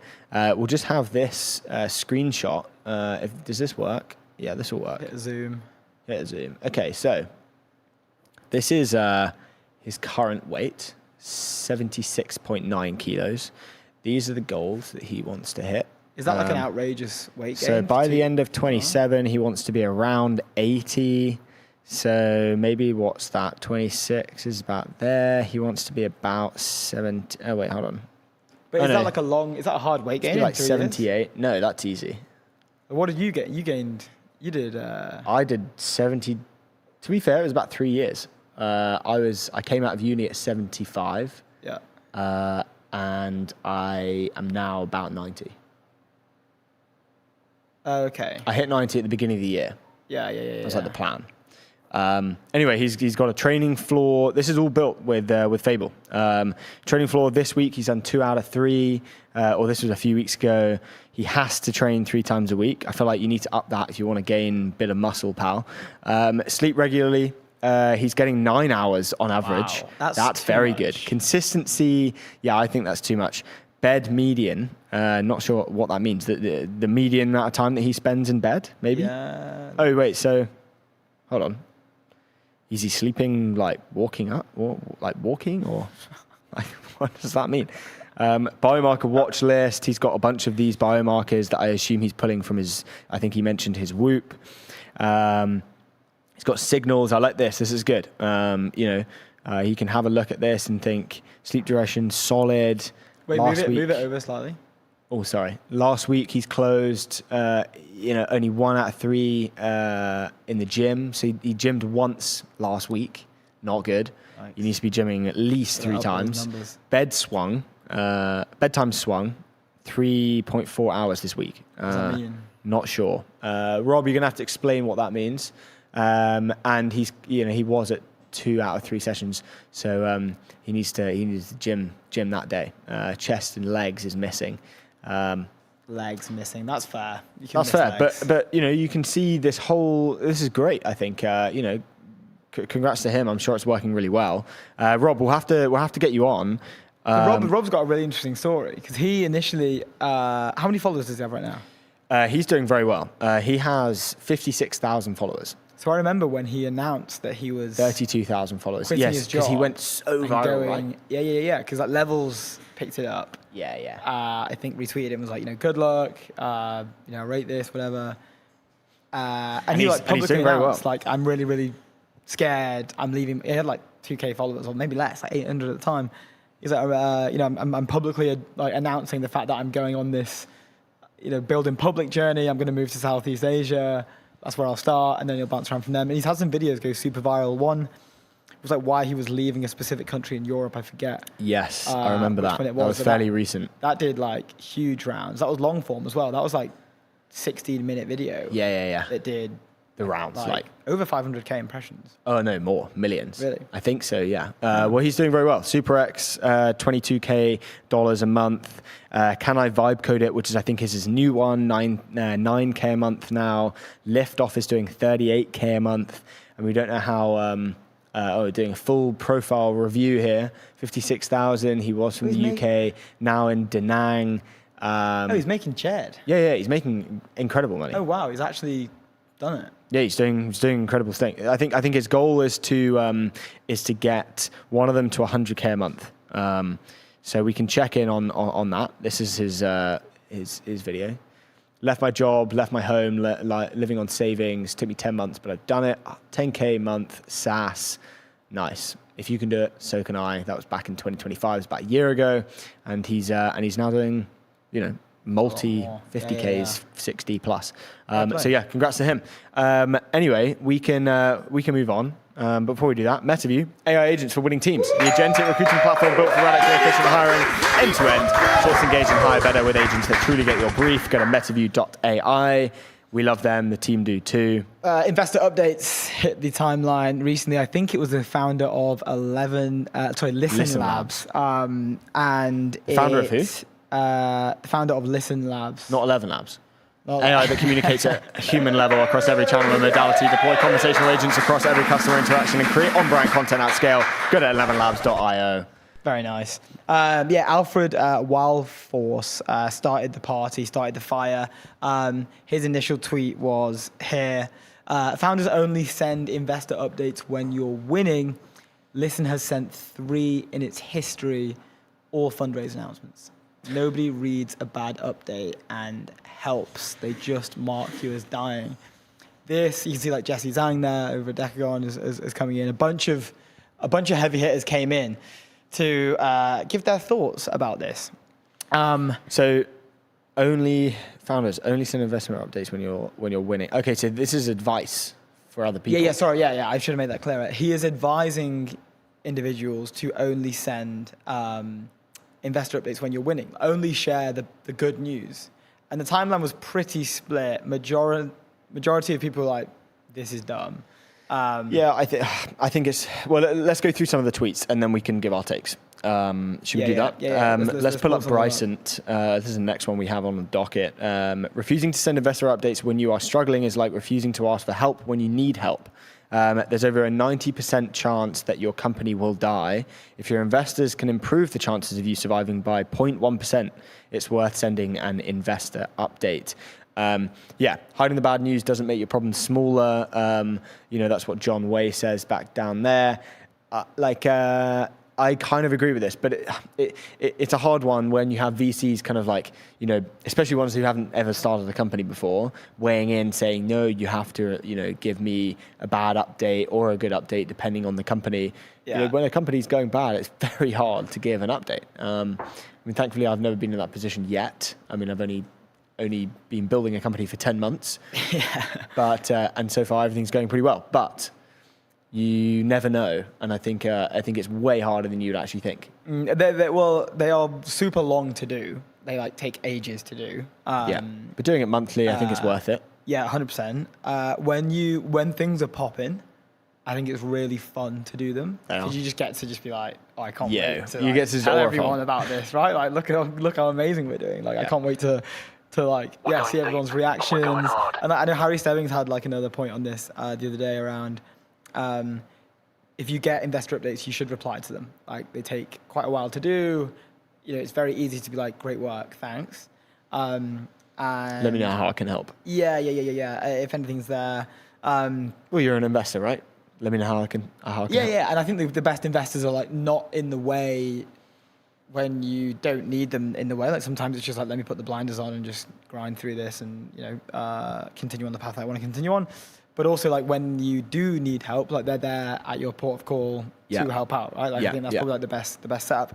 I don't personally think you should only send investor updates when you're winning. I feel like there's some sort of fiduciary right to, they've given you money yeah. to build this thing. Yeah. Like, I think this isn't just vibes. Yeah, it's like I think. Well, no, some angels are obviously just like they don't care. They're just No, like, I know, but trust you guys, it's not like kind of hey, startup's going super well, silent when it's not going well, and then maybe come back if it does go well. But then because you're gonna have to tell them, it's almost like you're gonna have to tell them if it doesn't go well. When you die. Yeah. I mean, they'll see because how that money's gone. Do you sound like a sorry? It's like you see it on the news, like the company's gone bust. Like, hey, just saw that update news via the news. Just saw the investor update via the news. Anchor weighed in on this, and he said, if your company is consistently excellent and will succeed without the help of your investors, follow this strategy.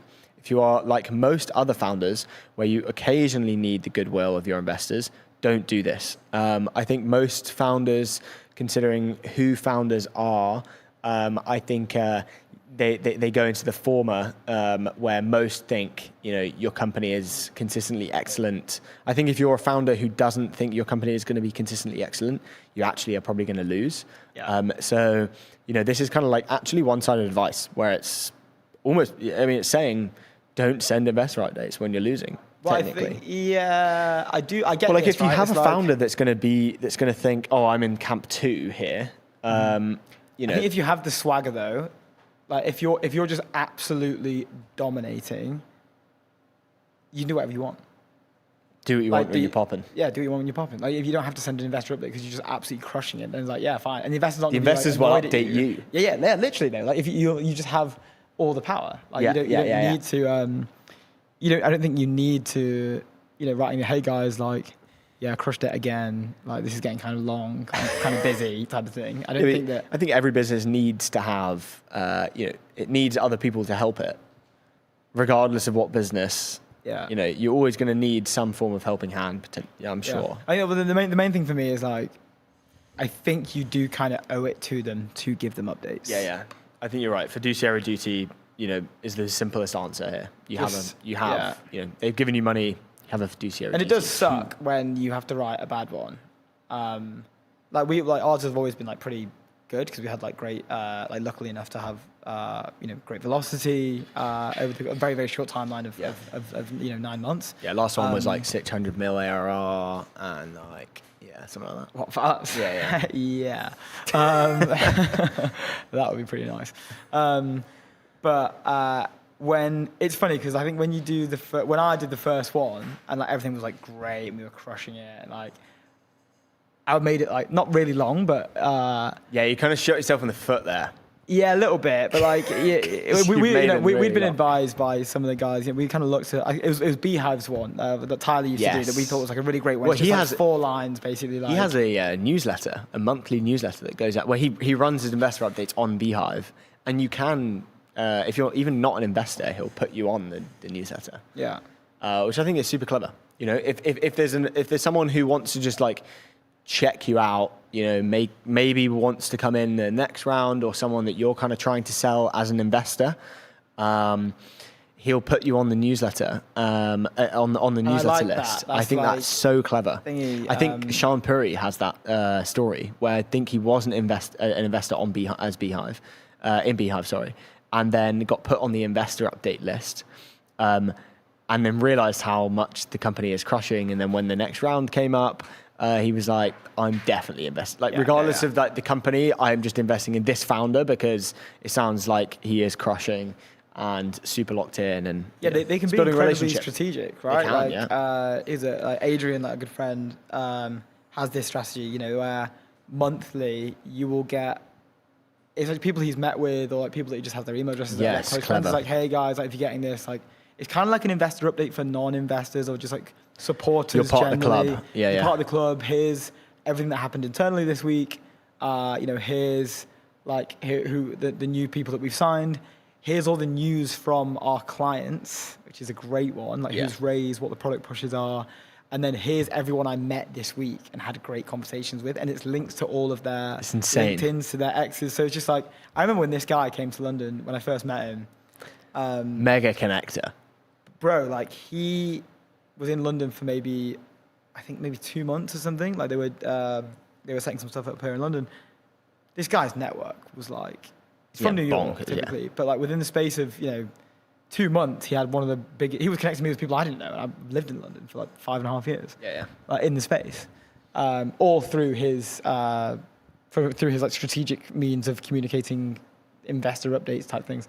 We're getting word from our producer that our first guest of the day is in the studio getting ready to come in. We can go ahead and let them in. Himanshu, welcome to the show. How are we? All good, man. Excited to be here. Let's go. It's so good to host you, man. There's been a lot of news on the timeline recently. We've been seeing that you're covering a lot of it. We have a bunch of different topics that we've been jumping back and forth from since yesterday. Since the past week, to be honest. Things have been pretty hot, as they always are. I don't know what you've been making of it, but we've seen you covering some of the stuff. The most recent one we saw was Brad Lightcap. Stepping down as COO. Well, he was COO. He moved into special projects a few months ago. Now he's off doing something new. Don't know what you make of it. Don't know if you had a take, but this is something that we were quite curious to hear from you. Absolutely. I think yesterday was a very interesting day. I mean, other than Brad, Juan Young, who was the former Quan lead, also announced the company. It was called Pragmatic. I think like how it is collected was basically, there were discussions already going on. There was a news that he has been stepped down from the role in April as well, from the CFO role. I think Brad is absolutely one of the most important person, maybe after Sam and Greg. He was CFO hired back in 2018. And when OpenAI has, absolutely no product and no such revenue. And he built a lot of streams of revenue as well as on the product directions as well, around, in sort of like finance, legal, and partnerships. Absolutely from nothing, right? Yeah. So that was one of the, I think, most important person. Like if people would learn more about OpenAI, then I think he's one of the important person to be counted in. Or also, like, he also led the whole entire business. And one thing I think he would be remembered is basically hiring C-suite people, actually. Because when it comes to, he has hired a lot of, operations people, legal and revenue, CR and all such people, right? And other than that, I think it has been very interesting phase for OpenAI because, they are nearing to IPO as well. But a lot of C-suite people have been leaving the company. In last 2 to 4 months, as far as I remember, they have lost chief communication officer, head of robotics. That was quite popular back then. CTO of enterprise B2B application, head of Sora. There are a lot of products as well which have been now sunsetted now. So I think as companies going to the IPO phase, we might expect a lot news might be coming. That makes sense as well. And also, I think this is the great time to build a company now. Because incentives are aligned. People have worked at OpenAI. There are always a subjective question. Because you want to remain at the frontier, you have to do the frontier work, right? But people say that like if you want to be frontier, just be at frontier, right? Like there is no such frontier other than Open and Anthropic right now. To be very practical. Anything you start, maybe you start a new lab, maybe you start your own research direction or something like that. You have. It requires a lot of efforts. You have to build a team, you have to a lot of them, right? But the thing is, if you have been at the consistent position for a decade now, like it's going to be a decade for Brad, right? So makes sense for anyone who has been at such a great position to explore their own research interests, explore their own directions, to make something generational. Absolutely. Yeah, I hear that. I think the most interesting part of what you mentioned as well is like they're all leaving pre-IPO, which is like crazy because we're obviously hearing that we're in many ways like in the end game, like it's kind of just around the corner. As you say, he's been there for many years. Why would you? They're targeting it for 27 now, so like it kind of makes it less, but also they are are kind of in the end game. Kind of in the end game. Been there for like number of different a number of years. But where are they going? Like he'll go and raise $1 billion. Yeah, of course. Yeah. But they're all going to go and just go and start their own companies. Do you think they're going to Anthropic? Interesting thing is, we have been seeing people from C-suite leaving the company, but on the other side, Anthropic is rolling out, a lot of hirings of people who are who have already been serving C-suite role at different companies. I mean, you can start from Instagram founder to Kapati to all such people, right? So, I mean, two different aspect, I think. Yeah. But again, as IPOs will come and go, I think, I mean, pretty much expected things will be rolling out in this fashion.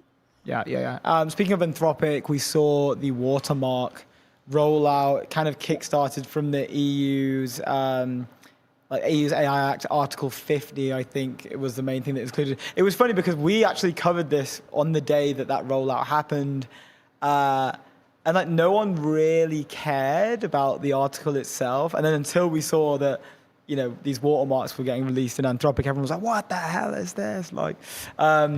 Yeah, would love to hear like from your findings and your sort of research, like anything in there that you thought was surprising, you thought that was like pretty weird, or anything that stood out. Yeah, I think I can relate this particular thing to a general phenomena. Basically, this is called Brussels effect. What basically Brussels effect is essentially, so you regulate one sufficiently important market, and the cheapest engineering decision can be to make that standard global. I think this is what happening with EU AI Act. I mean, Article 50, which requires you to make AI generated content machine readable. I think for some sort. I mean, yesterday Tariq also mentioned that already Anthropic has this check mark, right? Like it's a trademark. Like you have that popping icon, popping image already mentioned for Claude artifacts, right? So Anthropic signed this. Related to code of practice, and the obligation started applying on August 2. So I think this is making. So I think this is the founding stone. What they are signing for EU AI Act of 15th Article 50, which they will use it to make it more global, more standardized. And I believe that this particular standard will be followed by more labs as well, because I mean, there are a lot of companies also been building which are there to identify. If it is AI generated content or not. So why not labs? I mean, there goes responsibility to labs as well, right? Because labs can absolutely do that if it is but there comes a lot of questions again, because you can also remanufacture it, right? Because if it's something AI generated, you can remanufacture it, or even if you can't mention, you can just delete the part where it is mentioned that the particular artifact is generated by AI. I think this will be in the phase of continuation. This will remain there. Also, I think for this particular thing, there was a notion that people were talking about the agent will be aware if comment is actually. I mean, this comment was pretty interesting, where people were saying that, like, it suggests that it's not simply a post-processing layer sitting after Claude. Because let's say if you generate an article, if you generate a text, you generate an image, sort of, then it is not something like that which Claude will do after generation, right? I think the whole thing goes synchronously, and watermarking is involved in the generation process itself. So that raises a legitimate a model quality question as well, because you know, if you are constraining the sampling distribution enough to encode a detectable signal there, which is basically this trademark. So here's the quality trade-off as well, because you really don't want to have the quality trade-off making place in between. And Anthropic says that the watermark is imperceptible. I mean, until the technical details or evals are released, they don't really know how large or negligible the trade-offs are.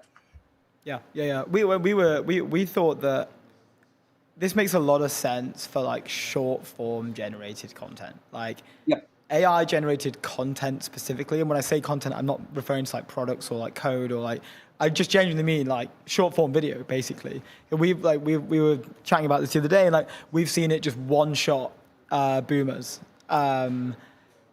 Wherever they're seeing, whether it's Instagram Reels, whether it's on Facebook. Like Facebook, I assume like just everyone's getting one shot by it, to be honest. Like they're probably like a little bit behind the curve in terms of the AI Turing test. I think that's fine for that, but I do think maybe there's some, like you kind of mentioned it, like the Brussels stuff, but like, is this like a blanket thing that we're just kind of just throwing over everything? It's very like EU, I feel. It's like, let's just blanket sort of regulate this whole ecosystem instead of finding out where are the problems, what specifically should this be used for, and how specifically should we approach this?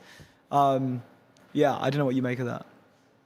Absolutely. Also, I think this might be bypassable as well, because I mean there are a lot of nuances what people at certain levels use to bypass this trademark stuff, right? Because it's not perfect. Actually, I mean, so research on existing watermarking methods also shows that sufficiently aggressive paraphrasing, or let's say translation, can substantially weaken the dictation, right? Also, this shouldn't be understood with cryptographic proof that Claude wrote something. Also, some people are also comparing with Google synth idea as well. But I think this is the topic of discussion right now, and I think that since Claude has started, and more economies, more countries will start taking interest in, because as we are progressing, AI generated content is, I think, is the part of every process now. Be it you're building a company, or you are a certain business owner, you're a government, you're a policymaker, whatever. I mean, you never know what policymaker using AI to generate what to roll out policy. So I think this should be concern for any sort of economy or government, and more and more economies will start adopting this principle. Yeah, I think ultimately you're right. I think it was weird how it blew up so much, because it's been around for a while, and I think it was the Dario narrative, I think, kind of blew everything up. What was the thing that kind of why did it have so much discourse specifically about Anthropic? I think it is because Anthropic is the first lab which is kind of starting to roll out to all other countries now with the same principle. Europe AI Article 50, they are using the same principle for the world for worldwide impact now. Fine. This is not just for Europe, but for all the where people are using Claude. Yeah, that makes sense. I know we're going a little bit over, just coming towards the end of the interview. Last question around like the Heinemann stuff. Was this like a breakthrough? It didn't seem as grand as like the Erdos problems with OpenAI's like Astra model. Did you see this? Did you pick it up? Anything to add for what happened over there? Absolutely. I think people are. What this problem was essentially there are a lot of multi-million-dollar problems, worth problems actually. People are trying to solve. People were trying to solve. Those are open problems, and they are trying to prove it with AI agents and sort of. So this Riemann hypothesis was about prime numbers. So prime numbers play an important role in both pure mathematics and well as its applications.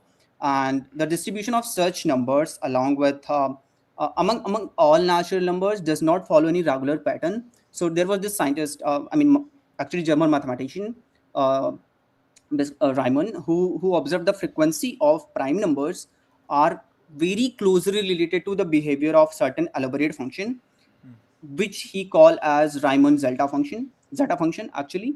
And what actually matters that like this Riemann hypothesis asserts that all interesting solutions of equation, when equates to 0, lie on a certain vertical straight line. So this was the problem which people at Anthropic started, and I think everyone right now is focusing on Claude moving on this particular hypothesis, bound from 41.6% to 67.2%. But the core important signal is that they mentioned that it was using unnamed, unannounced model.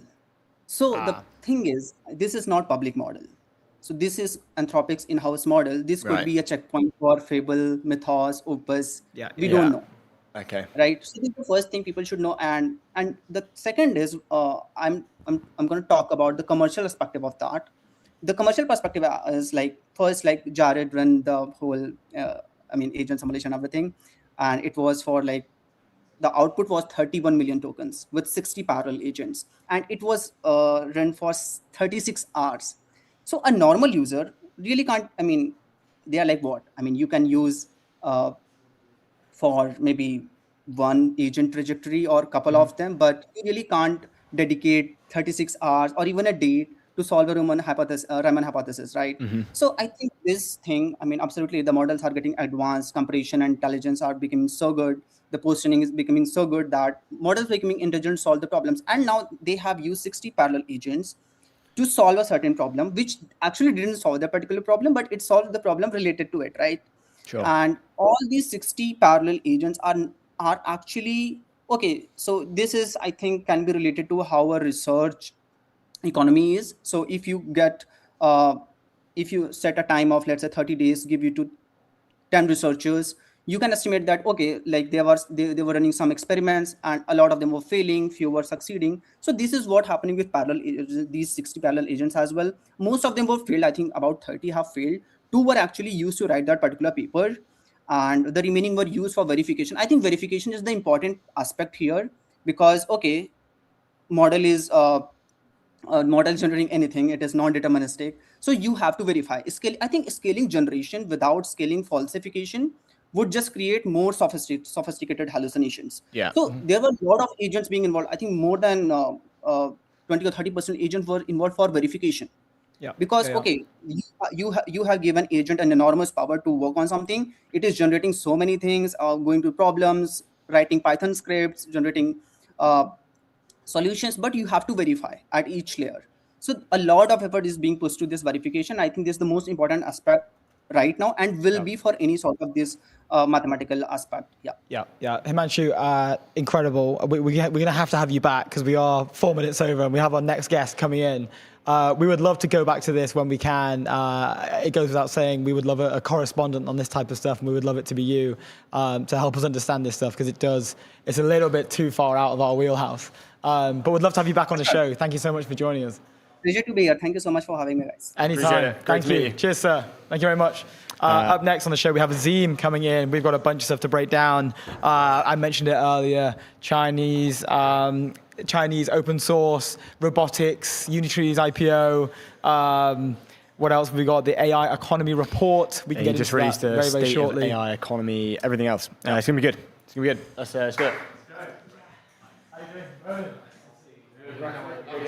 Yeah, I'm on today. We should get them on. Thank you so much for joining us. Is that a DVD sock? Did it say DVD? Yes, it's a Panathenia sock from an event we did in Greece. Thanks for joining us. How are you? Pleasure. Hey, how's it going? Nice to see you. Yeah, great to see you. I've got you a copy of my book. Oh, wow. Look at that. Can we get Thank you so much, sir. The last one, the previous one, so it has a little bit about GPT, but it's pre-chat GPT. Look at this. Thank you so much, Azeem. Really appreciate that. Welcome to the show. Thank you. How's your day going?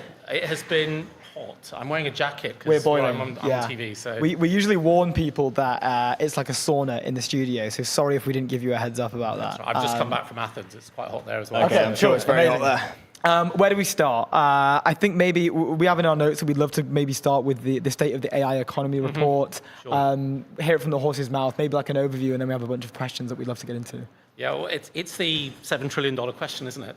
Is there any revenue backing all of this investment in data centers and in chips and the rest? And what we did as a team, so Exponential View started as a Substack. It was just me. It's now 10 people. We do quite a lot of our own fundamental research and original primary research, and this is one of our first products.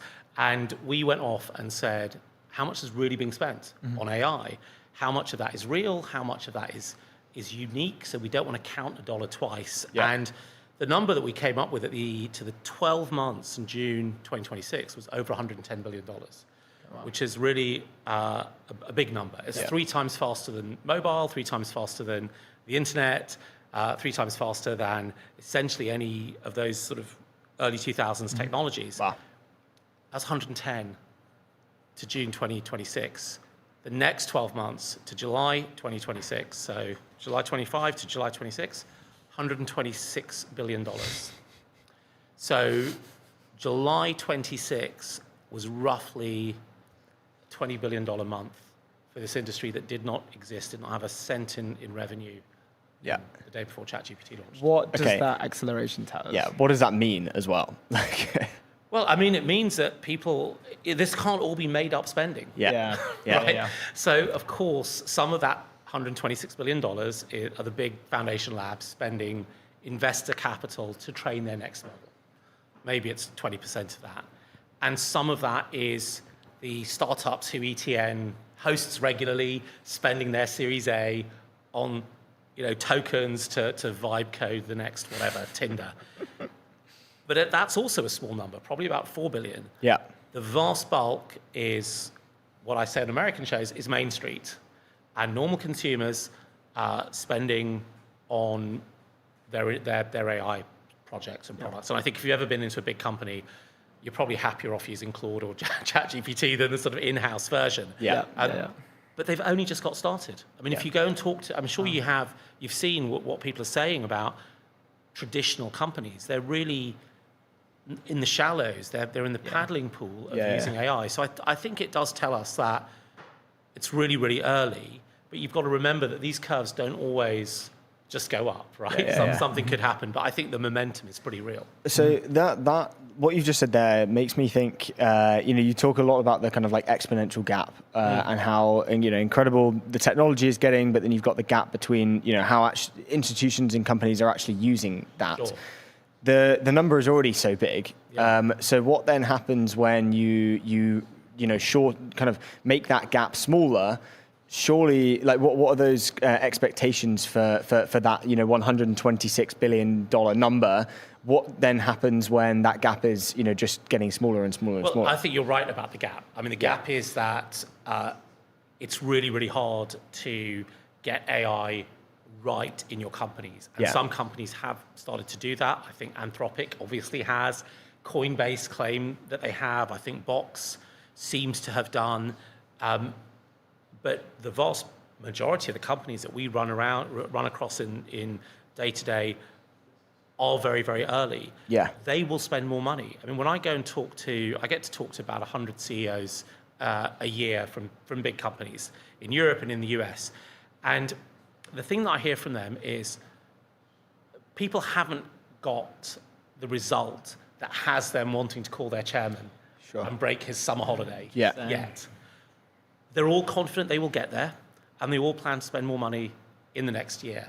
Because they're having to learn, and that's how you close the gap, right? I mean, we've all had that, experience, and this technology has proven to be really difficult. I mean, I've had my own experience. So I just moved my OpenClaw agent from Claude Sonnet 5 as its primary use. It was getting pretty hungry, like $150 a day, and I moved it to DeepSeek V4 Flash at about $1 a day. The trouble is, it was that different. It's that different. That's insane. Wait, let's talk about the capability there. Yeah, we'll talk about the capability. So the reason it was that different is that I was using Sonnet through Bedrock, and Bedrock has a different parameter for setting caching, which I'd forgot to set. So it's more fool me. It would have probably been $20 a day if I'd got that right. But you're right, the capabilities. I really notice that R Mini Arnold, which is my OpenClaw agent, is not as bright today as it was 2 weeks ago. Interesting. Because Sonnet is so good at instruction following. And so if you've got a workload that doesn't require Sonnet, then of course you'll go to open source. But where is that line? And the truth is, for me, that's just not good enough, because this is my primary interface. Now, I'm not going to pay $100 now because I figured out how to use ChatGPT and my subscription to power my OpenClaw agent, and so that's marginally no more expensive. But it's not enough to just look at the sheer cost per token. That's why I think, even though in the last month these new Chinese models have come out, they're really good. I spent 2 weeks visiting most of the labs in May. Even though they've come out, and even though you've seen this vast increase in the use of those models, revenues at the top line are still growing fast. Okay, interesting. This is a great segue into, the open source debate is something that's just not stopped for the past 3, 4, 5 weeks on the show, with basically every guest we've had on. And again, dominated by China, essentially. We've seen Zuck kind of put a flag in the ground to potentially now move and take the #1 spot as a US open source. But give us a temperature check. What was the atmosphere or the vibe like in China? Are we overestimating how, not competitive, but how verbal or the discourse seems to be hotter potentially here than it might be there? Yeah, I mean, it was fun in China. I would just give you a sense. On our last day there, we were with the team that does Minimax, and they took us to INS Land, which is this 7-story massive nightclub and karaoke bar and treated us to, sort of goujons and Hennessy and so on. And at 1:30 in the morning, they left on a Saturday morning now to go back to figure out some more workloads and fix some stuff that they were working on. Wow. After the Henny as well. They're locked After in. all that, yeah, no. I mean, I went straight from the club to the airport, which I was quite proud of. I'm not sure the airline was that happy, but they are working super hard. They're pretty open. They are very honest about the fact they've got these compute constraints. Yeah. They work around them. They have a real culture of something has to be really good and really efficient in order to make the grade, and they're competing with each other. The structure of, more interested in Shanghai to compete with Guangzhou or Beijing, very respectful of Anthropic and Claude. They're all Claude Code pilled, China is organized around the venture capitalists in China. Really, are the city mayors. Interesting. Who say, well, I want. They call the shots. They call the shots. I mean, Wuhan is the autonomous vehicle capital of China, and someone else wants to be the smart city capital of China. I don't think we necessarily want to visit there, but that the competition is between the cities, and they are variously, as you see with US labs, take that same set of different views around what AGI is. So when we went into ZAI, they have they do these wonderful PowerPoint slides, progressing all the way up to, I believe it was ASI, artificial superintelligence, at some point in the future. What's their definition of that? Well, because people are saying, have we reached AGI yet? But then, people's definitions are different. People's definitions are different. Especially on the other side of the world. I think it's lost in translation because they are obviously very, very sophisticated engineers and researchers who talk beautiful archive English. If you know archive, where all the preprints go, right? They talk scientific English beautifully. But I think when you're talking about the nuances of something as philosophical as AGI or ASI, they need to reach for words that they may not have. And my Mandarin is terrible. I know 2 words, ni hao and xie xie. So two more than me. I can't meet them on their turf. So I couldn't tell you if they think of it. That's a really interesting point, though, right? So their knowledge of the English language is almost like too literal, like how you said, like scientific English is, and what you think in many ways that's kind of it's hindering their ability to communicate. Well, I think they could communicate very well in Mandarin to their customers. But I think that in communicating to me the nuances of AGI alignment, I think that neither of us have good enough language. But if they're going to talk to me about a mixture of experts or how to optimize a KV cache, they will speak as well as any researcher coming out of the US or just around the corner from your office in King's Cross. Really cool. I did want to touch back onto the kind of this incredible curve of revenues and touch on this is a very interesting earnings kind of season where you're seeing companies actually realizing their revenues with the CapEx spend that they're building, especially in the kind of cloud area. Mm-hmm. What does that kind of tell you, and generally about how enterprises are thinking, and hyperscalers as well are thinking about their CapEx spend? Obviously, CapEx spend is still going up. What does that mean for this whole kind of the curve generally? Sure. And then let's do that first. That one. Well, I think with what we're seeing with the hyperscalers and the neo cloud. So these are the guys who run the data centers. They have all the chips and the cooling. And they used to talk in terms of megawatts. Now they talk in terms of gigawatts or gigawatts, as that character from Back to the Future called it. And that number is going up to $700-800 billion next year. I think that the total numbers that are being thrown around are between 5 and 7 trillion when it all gets totaled up, and that all needs to make an economic return. One of the things we found when we did our report that surprised me was that the revenues that the hyperscalers were generating, so what actually flows to them, so what's spent directly on them by ordinary companies and what the labs pay them, at the end of last year had just exceeded the depreciation expense of the capital of that year. So that's a tiny milestone. That's not saying the patient is fully healthy, but it's saying we've moved him from intensive care to high dependency. And of course, it's not just the depreciation expense they have to meet. They have to meet the financing expense, the cost of capital, then they have to meet the OPEX, and then they have to show profit. So there's a whole series of other ladders they have to climb. But then what you need to do is you need to look at the gradient of that curve. And the gradient of the revenue curve that is falling through was steeper than the gradient of the CapEx curve. In other words, even though CapEx is growing at 70 or 80% a year, or whatever the number is, revenues were growing at 300% a year. Okay.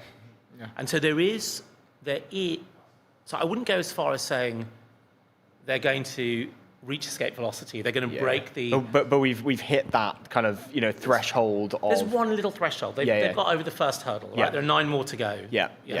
Connected to that, we had the CEO of Atlassian on yesterday for one MCD. of the just amazing interview, really fun as well, hilarious guy.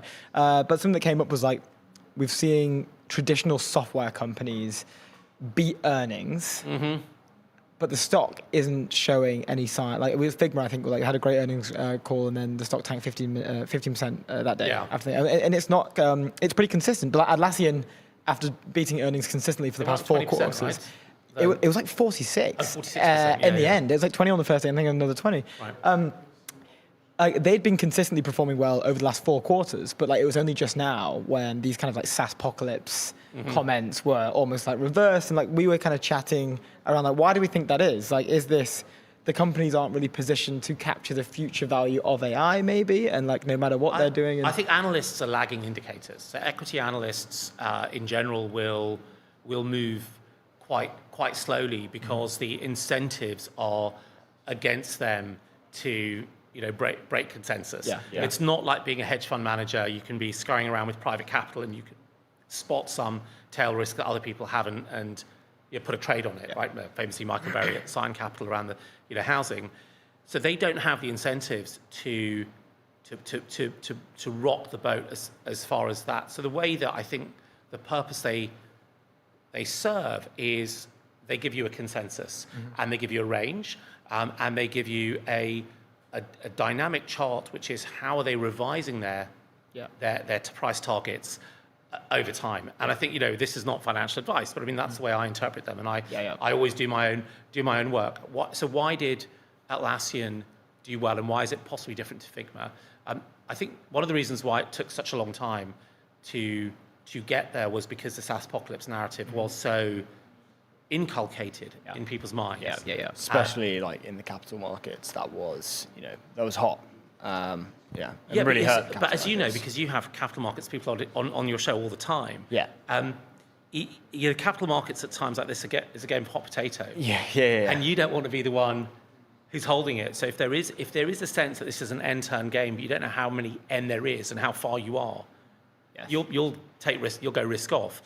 And what I think is becoming clear is that companies that have data, that's enterprise data for their customers, embedded in workflows, do have a path to monetize that relationship. They're not charging you for your data, but they're charging you for access to the joins of that data, or for maintaining it, or for enabling you to do more with it. And I think the arrival, I think Atlassian had announced this as well, of the MCP, so that's model-based programmatic access to services, and you see how fast that's grown, starts to give investors a sense that there is a real way you can move. The 2 things people were scared of was, number one, I would vibe code my own Jira.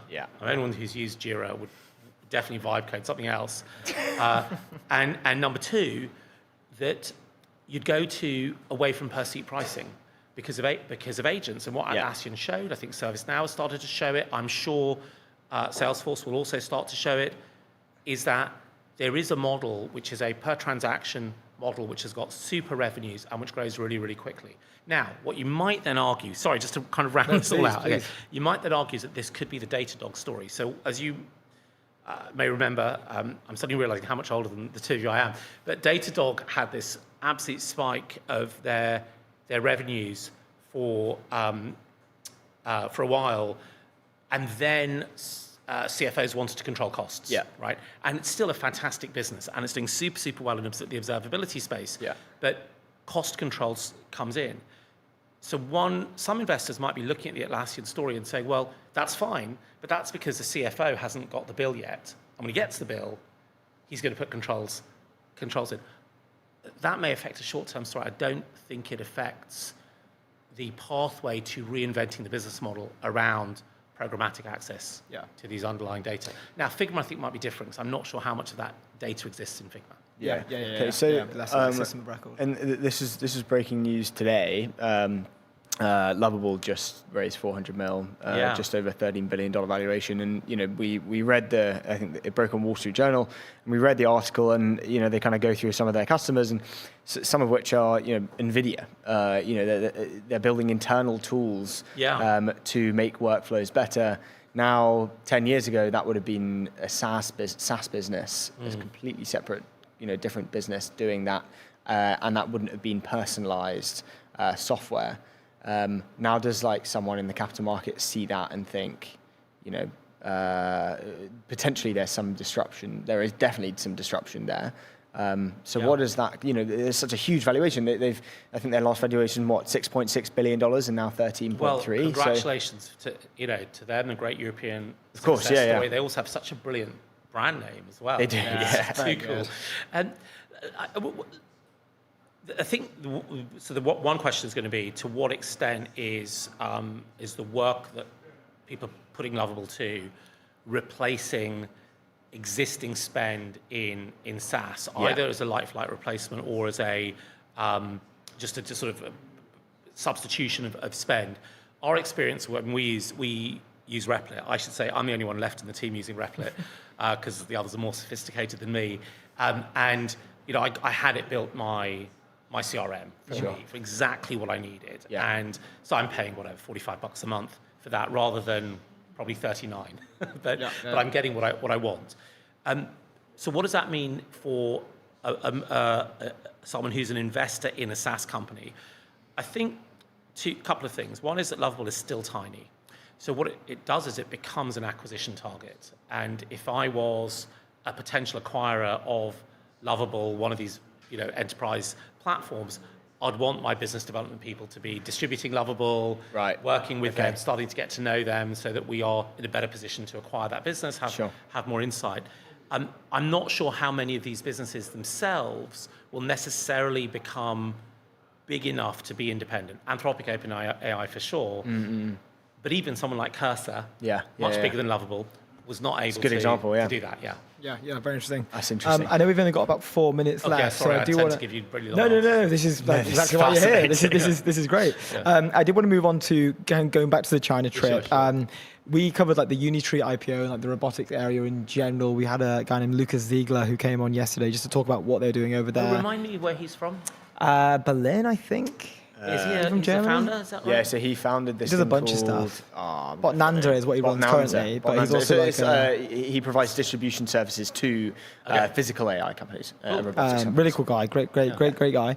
But a lot of that conversation was about Unitree robotics, humanoid robotics in general. First IPO in robotics in physical AI. Where did this fit in your conversations with AI in China? If it did, were people excited about it? Because we saw it was 5,000 times oversubscribed. Yeah, but by the consumer market, right? And what we know about consumer markets, I mean, the .com was famously in Europe funded by German dentists and, the sort of German middle class, and the Korean semiconductor boom was, leveraged Korean households. 4% of them had a margin call.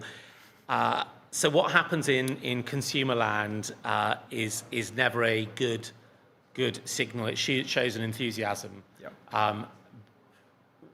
Look, I think Unitree have made incredible strides on the hardware, on the actuators of their robots, but they're still at the demo stage, and they're reliant on AI models, the brain produced by other people. And I think it may be, and I shouldn't say who I think it is because it may not be public, but And I think that there is a problem if you try to build a humanoid robot separate from your control of the model itself. And that wasn't obviously the case 10 years ago. So if you look at Galbot, which has got robots in work, in pharmacies, in logistics in China, or Agibot, they are taking an approach where you have this sort of integrated development, both of the AI and the physical hardware at the same time, which I think becomes really important in robotics until supply chains are mature enough that you can go off and get the actuator that you actually need. But I'm an investor in a robotics company in the US that does tracked robots for construction, and they're building their own models, fine-tuning their own models, and these are much simpler bits of hardware in a way than a multi-handed degrees of freedom humanoid. So I was more excited by Agibot and by Galbot than I would be by Unitree. But as you rightly say, it's a milestone when a sector opens. Yeah, it is, and we made the comparison between this and kind of the SpaceX IPO for space. Maybe not as big, but definitely not as big, but it's a signal, and also a signal for the private founders who are building in this space. They have almost like a price index now for what happens in physical AI. Although look, the thing with the China market is that it's very different. Like valuations are actually weirdly much higher. People sometimes forget that because the gross valuation is lower, but revenue multiple is much higher. It's hard to make that comparison. And what I would say about SpaceX is that SpaceX has got a number of real businesses, from Starlink through to the launch capability, and now he's proven his ability to deliver data center capacity. And the thing about Elon, and the funny thing is, this is the advantage an investor would look for in a seed founder at a seed round, which is, Ronan, you're going to do a new technology for barbers, and all the hairdressers in Northeast London, so of course I'll fund you because you get your first 100 customers. Well, Elon is like that with the data center guys because he's already got there. He knows them all really, really well. So yes, he can call up Sam Altman. Well, maybe not Sam Altman, but he can sell that capacity to those who need it already, which is a really unique situation that SpaceX finds itself in. And I think that based on what they did with the expertise in Colossus, based on his expertise in large-scale manufacturing, his ability to kind of continuously figure out how do you bring down not just the individual cost, but the systems cost of something. That's what gigacasting was around with the cars, what the giga batteries and the gigafactories were all about. I think it positions him pretty well. And the thing about Elon, as we know with how close Tesla was run at times, is that he's also pretty resilient. Maybe he's not resilient on Twitter, but he's really resilient on these very difficult decisions. You just can't bet against him, I think. With this specific thing, I just do not think you can bet against him. And then also what they've just done with Grok bot as well, released that yesterday night. That's it's an exciting I thing. I haven't had a chance to even play with it because I went to bed and then I came here and I was reading it on my phone. We'll have to let you go so you can play around with Grok bot. It's all seriously exponential. Thank you so much for coming in. We really appreciate it. This was super fun. We would love to do it again if you'd be down. But thank you so much for joining us, and thank you for our book as well. Yeah, it's great. Fantastic. Appreciate it. Thank you so much. Cheers. Thank you. Really appreciate it. Bye-bye. Mic down. All good. Never work for kids, they say. All right, thank you. Thank you, Azeem. Thank you so much. We have our books right here from Azeem, Exponential Order and Chaos in an Age of Accelerating Technology. I'm not sure if we can see on the wide shot. There we go. Exponential Order and Chaos in an Age of Accelerating Technology. Amazing interview, amazing guest, as always when we do it in person. It was, a mixture of everything we wanted to have a mixture of. Unitree IPO, relationship with China, and open source, hearing it straight from the horse's mouth. Up next on the show, we have, I'm checking if this announcement is live. I think it is, but I'll let Andrei do it himself. He's coming to the studio right now. Let's bring him in here, and this is one of the most fascinating stories I've seen come out in a while. We get a fair few pictures here at ETN of people saying we're announcing this, want to come on the show. Here's the embargoed release, but this one definitely stood out. So we're going to be bringing Andrei into the studio. He is CEO at Vivodyne. Andrei, how are you, sir? Welcome to the show. How are you? It's a pleasure. Thanks so much for having me. No. It's my pleasure. Firstly, when I saw the email come through from I think it was like a PR company may have connected us initially, the headline stunned me. I would love for you to break this down for me high level first, and then we can get into a bunch of questions I have. But I mean, would you want to announce the news? 'Cause I think the embargo lifted earlier today. Yeah. So we're announcing the launch of the world's largest human data center. And what that means is at Vivodyne, we are growing human tissues for drug testing at massive scale. So multiple times the total amount of clinical trials run in the United States, we are able to test in lab-grown tissues that are indistinguishable from what we would see in a biopsy from a person. Okay, and then for me personally, like when we say human data center here, like this is what caught my eye. One, is this like a new thing, or is like this is novel technology, I assume? Can you maybe just explain to us like how the human data center works? Exactly. Well, we have these machines here behind me. This is not a background. We grow, large, hundreds of thousands of cells each.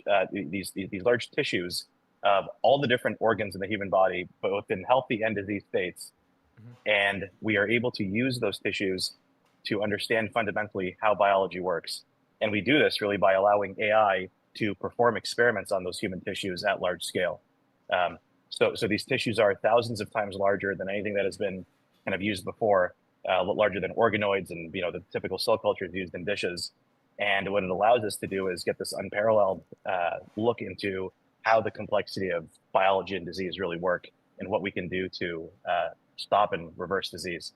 Wow, really cool. I mean, like, we've been having so many conversations on the show recently that like the next, and it's not just us starting them, but a bunch of our guests who are predicting this. Maybe they sit in the venture space, but also just like tech curious CEOs that are doing companies in completely different verticals. It seems to be that the next frontier will be that intersection of like AI, biology, chemistry. We saw with like Demis stepping down the other day. He's now, I think, acting as chairman of DeepMind, maybe chief scientist of Alphabet as well. But to focus on isomorphic labs, it kind of feels like we're in the sort of like event horizon or on the precipice of it. Do you think that people are underestimating like the market opportunity here, like at that intersection of biology and AI? Well, I think it's pretty hard to underestimate it, right? I mean, I think I think as we see AI becoming increasingly more capable at doing the things that have defined the economy for decades and centuries, what is left but human health and longevity and the ability to enjoy and extend our lifespans.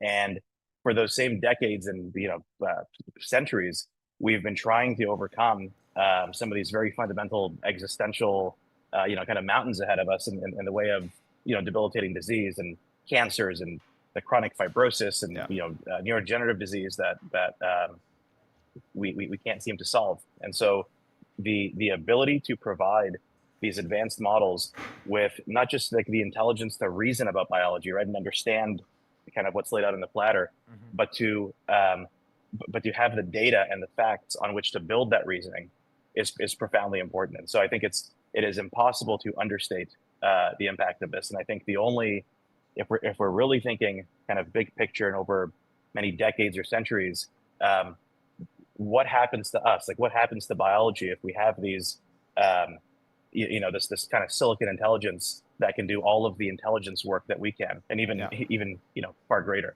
right? Yeah. We have to be able to move at the speed of that. So yeah. How else can we do it? Yeah. I completely agree. And it sounds like you guys aren't the only ones who like believe that. You've had 8 of the world's largest pharmaceutical companies have paid for early access to the platform. And can you maybe just give us a sense of like, let's take them as a client. They get access to the platform. Like, what is that journey like? What do they get from this? And also, how hot is it as well? Because it sounds like it's pretty hot right now. Yeah. the thing that is kind of shared by all of the fundamental questions that they're using to that they're using our platform to answer is they are very deep and challenging questions about human biology that do not have either direct parallels in animals, or at least parallels that translate well, and that cannot be studied in this like super reduced scope of, I have a monoculture of cells in a dish and look at how they grow on the plastic. So they are about how immune cells will traffic into a tumor and begin to destroy it. They are about how unexpected side effects and toxicities come about. They are about complex interactions that kind of sustain and act like a starter motor for fibroses and other diseases like it. And so we've had the insane privilege of working with these groups from the very beginning of discovery all the way through to late stage toxicity and efficacy testing and clinical trial planning and so on. And so it's been a very exciting window so far. So cool. I also saw that you kind of mentioned it there, like a small hint at it, but I'd seen in the release that Vivodyne grows over 20 types of different human organ tissues. Could we maybe just get like a breakdown of like what we're looking at here? Like what are these, what is the span here? Just get a picture of that. So yeah, it ranges from airway, liver, bone marrow, the pancreas, the placenta, for transfer between maternal and fetal,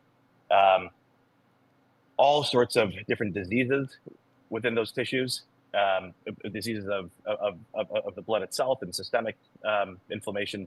So it is pretty broadly encompassing of all the organs that we have in our bodies. Wow. Are you in the factory at the moment? Are you like? I am. I know it looks. I don't know. It looks kind of fake, but also. Yeah, I know, right? So you want me to? Yeah. Talk to. Let's go. This is so cool. Talk to us. What is the arm doing? Explain. The robot arm is now. So the whole premise of this approach to scale is if we have to introduce a manual task at any point. So basically, in this whole pipeline, we first have to grow these tissues, and these tissues are grown from primary human cells, which means they come from like blood sampling, right? We use a lot of the cells that are in the bloodstream, or from, for example, biopsies of diseased tissues. Like you have a cancer biopsy, and there's a lot of cells in there, right? That come right from the patient. We have to grow these tissues, right, within these machines at scale. Then we have to perform all of this complex, dosing that we're looking to test. That also has to be done across, tens of thousands of experimental groups. After that, we have to do, we have to fix the tissues and image them. We have to sample them. We do single cell sequencing and proteomics and full, 3D scanning microscopy. And all of that has to happen in an automated fashion. And so right now, that big, the brick that it's holding is our fluid handler, and the robot arm can switch between all these different tools to move around the plasticware and the kind of wafer-sized discs that we use to grow these tissues. So it looks almost like it's like wafer-scale compute, but instead of each little piece on there being a segment of cache or some register, it is a piece of human tissue that is like macro scale. You can see it, centimeter, inch kind of dimensions. Yeah, wow, absolutely insane. How bit of a high level question, I guess, but just personally curious. How are the speed in which the models are advancing right now? How fast are things changing on your end in terms of what you guys are capable with compared to maybe a year ago even, or even 3 months ago, to be honest? As I kind of mentioned at the start of the interview, a lot of the discourse now is shifting towards the intersection of biology and cancer, and chemistry, and how AI can sort of accelerate those industries. We saw. I always reference this when I throw it in there with them, but Astra, OpenAI's internal model, when they were solving these ERDOS problems, these are really cool, brand new discoveries that maybe the human mind isn't capable of, and I just can see how much this would marry into this world here. Yeah. So I think there's almost two axes. One is this capacity for intelligence, right? Like how well, given some facts, how well can you reason on those facts? In a domain like, let's say, coding or math, that is self-verifiable. Like you can use the language, the kind of syntax of mathematics or coding to prove its own statement true or false. It is possible to scale very efficiently in that because it's all contained within the system for training. The second axis beyond intelligence is what I think of as like omniscience, right? Like how much of the facts does the system know? And AI seems to know quite a lot, right? It's been trained on the whole corpus of biomedical engineering literature and every clinical trial and so on. But the just like the sheer depth of biology and this need to understand it from a point of causality. If I do this, then this thing happens, instead of it seems like these things happen together, right? In a correlation basis. No amount of intelligence gets you omniscience, right? So I think a simple way to think about it is if I hide my hand in my pocket and I say, how many fingers am I holding up? The most advanced AI model of today and the first ChatGPT model would not really fare any better at guessing, right? Yeah. And so this capability to gather the data needed to really inform that reasoning is currently the bottleneck in medicine and in pharmacology and in biotech at large. Yeah. And so the kind of frontier that has been pushed by these models is the ability to reason through the design of the experiments that we run to maximize the amount of new information that we gain, right? And that is the loop essentially that we are running. So AI designs a study. We have all this automation that grows these tissues and performs a study on them, and then that information goes back. We update our models and we say, okay, well, what's the next marginally most useful piece of information, or 1,000 pieces, or 10,000, right? Like a yield, like a knowledge yield is growing. How much faster is that loop? Exactly. Is it like how much faster is that loop than compared to like 10 years ago? Oh, I mean, even compared to today, even, right? If you want to have a loop where a drug goes to an actual person for dosing, you're talking 5 to 10 years, right? Until you're in an actual clinical trial. Like there's recently these major drugs that were thought to be able to possibly cure lung fibrosis and these diseases had a 30-year kind of development history in academia and in research, only to fail, right? But so from years to 2 to 3 weeks in that loop. Okay. And the number of steps we can take is thousands of times larger, right? So for every one theory we have about a receptor or a target or something that's druggable, or combinations of those, we can take tens of thousands of these steps instead of just one at a time and say, oh, that didn't work. What next? Yeah.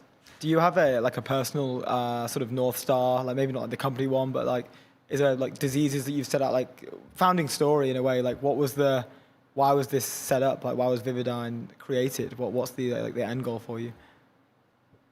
I mean, it seemed, I feel like this. I feel like everyone kind of experiences this kind of moment in life, maybe, where you kind of realize that there's no threshold where you feel like you've finally grown up. It's like, how am I an adult at this point? You know what I mean? And so you kind of realize the same thing about all of the endeavors that we're in. Everyone is just kind of trying to push the frontier the best they can.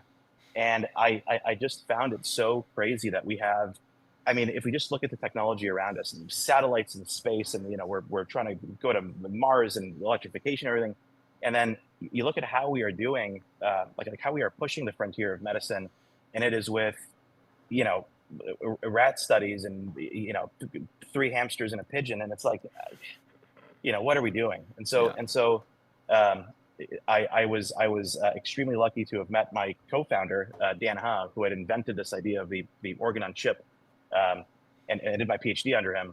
And our thinking was, look, we can really scale this up to massive throughput and make this the basis for massive scale human testing before clinical trials. Yeah. Wow, absolutely insane. Like, what are the plans over the next couple of months? Is there like a specific goal you have, like in the short term? I'm sure like people are throwing money at you guys, surely. Well, we're running. We're kind of really ramping up a lot of internal programs focused on inflammatory disease and oncology. And our personal goal is to release publicly data on toxicities to the liver. And so as a kind of first of its kind data set across proteomics and transcriptomics and phenomics, along with the models trained thereon, we think this will make a massive impact also to kind of pushing ahead the academic fields of these multimodal models in biology. And then our internal projects, right, the things we really want to focus on are two fundamental things that are actually very closely linked together. One is the kind of inflammatory basis of fibrotic disease. So fibrosis underlies 40 to 45% of all comorbidity. And so it is a massively contributing factor to basically the just degradation of organ function through life.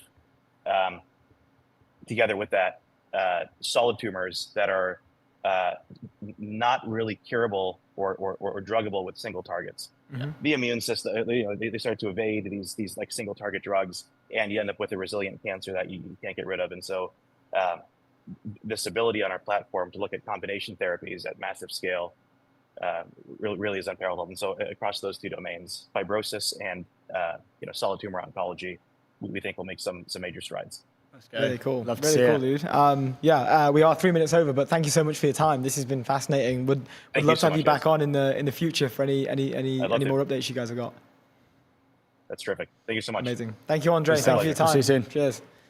That is absolutely insane. That's like mind blowing to me. I loved how it literally looked like a Microsoft Teams background. Yeah, it fully did. It fully did. Guy That just was walks through the cloak. To the human data and now he's center. actually in an actual data center. Incredible. That was a mind-blowing company. Indeed. Human data, world's largest human biological data center, training the first world model of human biology. Just insane. Insane. You know, we've been talking about the frontier so much recently. Like, where's the next play? Where's the next frontier? We had Ben the other day telling us, like, AI will be the next frontier. We saw, he was saying, why can't we build world models to like study the human body, like pour compute into that? And this guy is. And maybe we should ping them both and connect them. I'm getting word here that we have our next guest in the waiting queue. We've got Chubby, editor-in-chief of SuperIntelligence, joining the stream. What's up? So good to have you on. Hi, it's such a pleasure being here. Hi, how's it doing? The pleasure is all ours. The pleasure is all ours. Welcome to the show. Thank you so much. We have so much to dig into. Some of the topics that we kind of thought would be best: Grokbot, Anthropic watermarks, Zuck's newsletter. There's so much different stuff to cover, and this is all just from the last week. So just maybe, last few days. Yeah, literally like 4 or 5 days. Chubby, why don't we start with Grokbot? We played a video of the release today. We kind of ran through different use cases for it. We also discussed the branding and the strategic positioning of that branding as well. It seemed very family friendly. Which we thought was really interesting. Neighborhood, what was it? The friendly neighborhood ghost. Or black hole, as Beth said it. But yeah, we'd love to get your take. We'd love to get your thoughts on it. Yeah, so first of all, I think Grokbot reflects the most important shift in AI right now, right? So from chatbots that give you an answer to agents that actually carry out work, right? So SpaceX AI, how it's called, introduced Grokbot in early beta as an AI teammate designed to do work rather than merely draft an answer. So what we are seeing now is like this shift. And to be frank, I was surprised to see such a big comeback from XAI in general, right? Yeah. So it really looks like the cursor deal is paying off massively, right? We have like Grok 4.6, which is a great release as a large language model. It competes with Opus 4.8, but it's much cheaper and much faster, right? So they're now releasing not only Grokbot, but they also release Grok Code. And so they're shifting a little bit to a more broader release schedule. So what I think is important here is to understand that they try to improve, to further broaden their different product they're offering. And also it's interesting how it's deeply connected to Cursor, right, into their plan. So the interconnection is being developed way further. And also it connects in a way to, and I don't want to jump to the next topic already, but what we're seeing is like these AI agents doing more and more real white collar work real task in the real world, right? This is something also Mark Zuckerberg brought up. This is something we're talking about a lot, right? So I think it's a great release, and it really shows where SpaceXAI is heading. And yeah, their comeback is amazing. What do you think when the release? Definitely took us by surprise as well. I think the timeline too. I think it's interesting how this is the step to getting to like the frontier. They kind of they want to be able to get this community almost like maybe away from the other providers, maybe like an OpenClaw. This was like a very much a push into the less technical. You don't have to. It's easier to kind of spin up an army of agents with Grokbot than it is maybe with a Hermes, Hermes agents or OpenClaw agents. And obviously they didn't make that, direct distinction, but you can see that with them making comparisons with or links to LinkedIn and then Granola and saying, hey, like you can just hook these up. No word of an MCP. They can act very human-like and go into your interfaces on the web or through an app. Like a human. Can you talk to us about that kind of like almost like strategic positioning of showing, the general workforce, hey, we have this multi-agent, multimodal agent that is able to basically do anything you want if you think about it. Yeah, I mean, it's on the one hand, it's a very tough question, but on the other hand, it's also so interesting to dig into this, right? So, okay, they weren't the first one to lower the threshold for non-technical jobs, right? So, for example, OpenAI tried to do it with cowork, and not only me, but from my understanding, many people are a little bit like surprised. Where's the difference between Codex and cowork? And we're trying to figure out. And the explanation from the OpenAI was, hey, we're trying to lower the threshold so people that are not so technical can enter this field, can make use of AI agents, can start doing real world usage. And I think it's the same way XAI is also trying to enter this field. We're now entering a phase where AI agents become so good and in a way so reliable also that real world usage is not only like a term for the near future, but it's really applicable in the real world and starting now. So this is why they try to lower the threshold and entering like this market for real world usage, so to say. So TLDR, I think, and this is what I tried to say in the first place, real world white collar work is now being like integrated into this AI workflow. AI agents making a huge shift. We're talking about how the economy is being changed in the very near future. I mean, just a remembrance of AI 2027, like the blog post where the future is heading. And I think this is a very clear sign. We're moving back from like this, sorry for the term, tech nerdy Codex, just coding stuff, but moving to a field where AI agents have like real white collar work for even the non-technicals. Yeah, completely agree. I know we kind of touched on it a little bit briefly, but I would love to get your thoughts on what this release kind of like means for SpaceX AI. Like, what are they trying to, where are they putting their flag in the way? Like, to us, it seems significant in the sense where like we didn't really expect it, and it's been incredibly well received by the community as well. But what I thought personally, it didn't seem as like a traditional Grok release. It seemed like different to that. Like, it's Grokbot, it's smiley, it's happy, it's like, it didn't seem traditional. But like, yeah, I don't know. It's confusing, isn't it? Yeah, a little bit. Yeah, yeah. It's so confusing, and I fully agree. And it didn't make sense for me in the first place. But looking back at it and think about it a little bit. So when it comes down, the biggest mode actually is like distribution. Right. So having the best distribution gives you the chance and the opportunity to bring your product to like a broader community. And looking at the release of the Grok models 4.6, 4.5, 4.6, its release, it's being accepted in a such good way. People love it. They're really eager for the upcoming releases. They love it. And I think in a way they're making use of the traction they're having right now. And I mean, we shouldn't forget that X is a very good place to promote your own products, especially for XAI.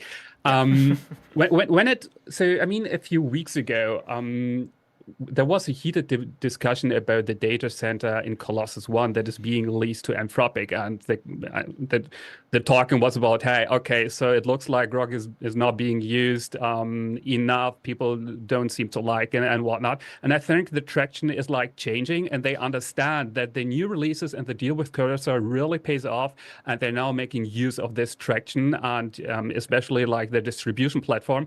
And I think they understand that the near future, it means having AI agent means to bring it into the real world usage, into the real world, into the real economy. And they try to be, in a way, not the real first mover, because like there are agents like the ChatGPT work being already implemented, but making use of it right now and doing it at the right time, so to say. That moves us on to the topic about Zuck and their news about releasing Muse and going open source, and the letter about kind of AI is for everyone. That is obviously very kind of similar to what we're talking about, the kind of the feeling around this Grokbot release. Can you talk to us about, because we've been talking about Zuck almost feeling like this voice of reason in all of the discourse, and they're clearly obviously trying to kind of make Zuck feel like that, and he might not be at the frontier in terms of the models, but is able to kind of bring the masses into using AI in the right way.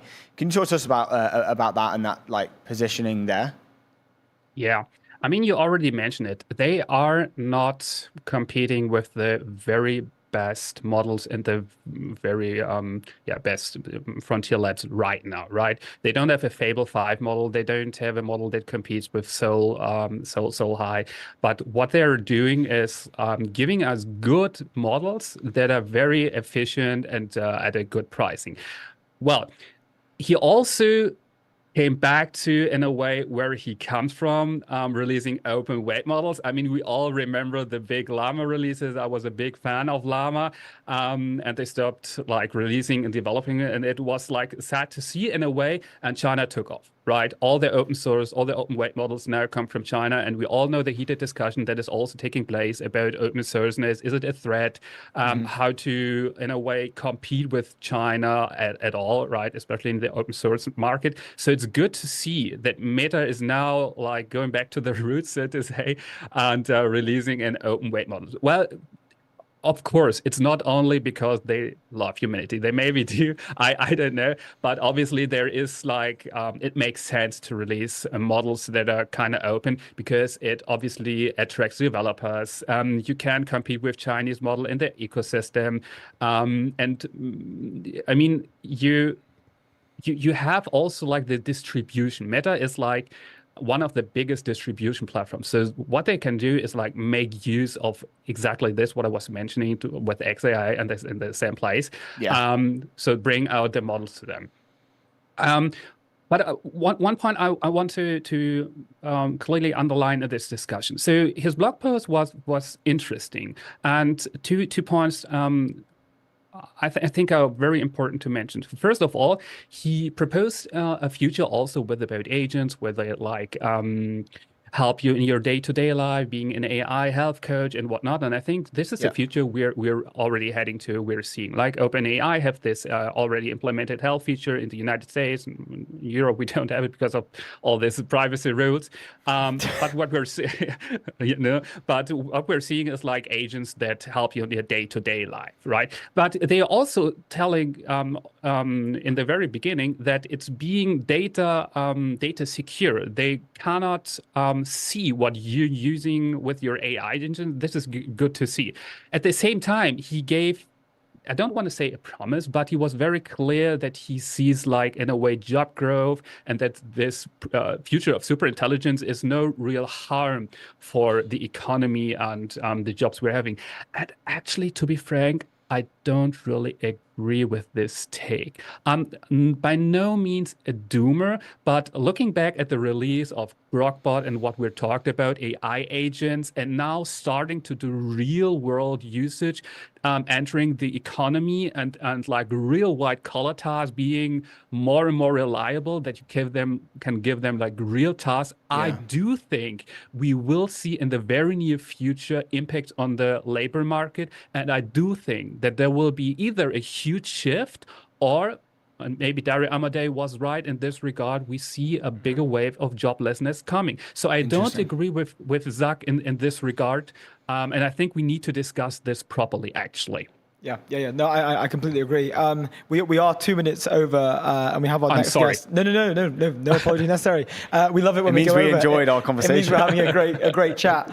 We would love to have you back on as well to discuss this at length. But there's so many other things that we have here to cover that I didn't include. But Chubby, thank you so much for joining us. I did also Such a pleasure. Next time, I'm going to ask about when you met Satya Nadella as well, because there's a cool photo on your X-Camp. But we can do that next time. We would love to have you back, sir, and thank you so much for joining us. Thank you so much. Have a great day. You too, man. Have a good one. Absolute legend. Super fun. Legend. Up next, we have Sheil, Metaview co-founder. He's back. We haven't seen him since Paris. Is this third time? Maybe third. And they've been on an acquisition spree. Been on a bit of a tear, as usual. Metaview are killing it, as per usual. They've been buying companies. So this must have happened... He must have known about this when we were in Paris. He didn't mention it. Rival. Didn't mention Rival to us, unfortunately. So I'm not sure if he was secretly plotting at Raise, or I'm going to be back on in a few months. I'm going to be telling everyone about it. Or is this a new one that they've just copped recently? How long has it been in the works? We'll have to see. And we know it was to sort of push towards the agent Fillmore. Which the name is so funny. I need to ask if Stephanie named it, actually. I think we did. Did we ask that last time? I think she might have. Stephanie played a part in naming it. Played a part at least. Yeah, for sure. But this is an acquisition. I mean, we're going to hear about it all from the founder and the CEO. Also, Nebius earnings very quickly. Good. Up 19% today, apparently. Let's go. Which is, I would do my Stream Deck, but I've broken it. Actually, that can't be. Oh, you broke your Stream Deck? Oh, no. Checking with our producer. How are we looking, Sam? Are we bringing... we have him here. Here he is. Hello, sir. How are we? I'm good. How are you? We're doing very well. Welcome to the show. I've got to call you out, man. I thought we were buddies, and then you call me Sheil. I'm like... That is only what... Have I pronounced it wrong? Thousands of years ago would call me. I go by Sile. Sile, sorry. I used the H. I must have done that in Paris, and you didn't correct me as well. Oh, really? You must have let me fly under the radar that time, but not this time. It's so good to see you. We were just saying we haven't seen you since Paris. This was not mentioned at Paris. I'm wondering if you held this back, or were you plotting this? Like the acquisition, of course. When was this decided? Talk to us about the deal.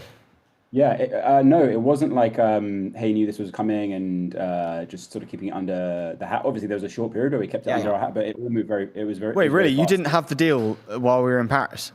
There wasn't a deal. No, it probably kicked off about 6 weeks ago. Wow, that's quick. Congrats. Break it down for us. Like why strategically, like why, and then also how it like connect the relevance to Fillmore as well. Yeah. So Rival is a really cool company, really cool idea. Essentially, it was a recruiting agency with about 100 clients and 0 human recruiters working in the agency. That's good. So that probably tells you like everything you need to know about what they're aiming to do. Now, obviously, you were just chatting with the chap who was on before, Kim, like very sort of down the fairway for the types of trends that he was talking about, where obviously we're moving into this world where we're trusting agents to do more and more work. Rival were a really cool example of that in our space. But most importantly, the founders are just exceptional builders. And with the way Metaview is right now, maybe one thing I'd add to what Kim was talking about is clearly this form factor, this Grokbot-esque form factor of essentially a co-worker is is indeed going to be a form factor. It's going to be it's already how our engineering team work with AI predominantly. So that's going to be a form factor. Fillmore was our version of that. The Reval team is going to add to that. For what it's worth, Fillmore is still going to be the actual product. It's just we're bringing in some additional, like, very well tuned muscle and customers to that product. But then we also have this core product, which is almost a workspace for humans to work alongside AI and actually do some of the work themselves and augment those humans. So we think some of the questions are a little bit like, which form factor is going to be the one? We just think it's going to be both. There's going to be this co-worker form factor. We're pretty early and pretty advanced along that path. And then there's this AI native workspace that I think will also continue to be a real thing when you want to get it really into the details or do something really nuanced or, really get creative with AI. And so we very much see Reval as a sort of a way to accelerate on this co-worker form factor. And yeah, just great guys. But yeah, work very fast, move very fast. Honestly, as we've grown, we this is like new stuff to me. It's my first time doing this, but you more and more frequently get opportunities put in front of you to consider acquiring companies. And often, having been in the seat myself, the difference between like a company that hits escape velocity and a company that doesn't. You want to give yourself some credit for like the quality, like for the work that you do, but there's a lot of luck involved as well. And so there's a lot of these companies who, have amazing world-class teams, have the right vision, the right idea, and just, the cookie hasn't crumbled their way in certain instances, and it means you can swoop in. And Reval was just in a spot where it was really clear that they could achieve more of their mission. Still working, we're still pretty early stage ourselves. And still like have very high impact from within Metaview as opposed to sort of going it alone. So I think it's going to work out pretty well. No, I think it is too. I do want to touch on like knowing when to start kind of acquiring businesses because Metaview is still pretty young. But just before we do that, the two guys that started building Reval, they're moving into the engineering team. Like how do you think about you kind of touched on it in terms of like where they'll be sitting in the form factors of how the product works.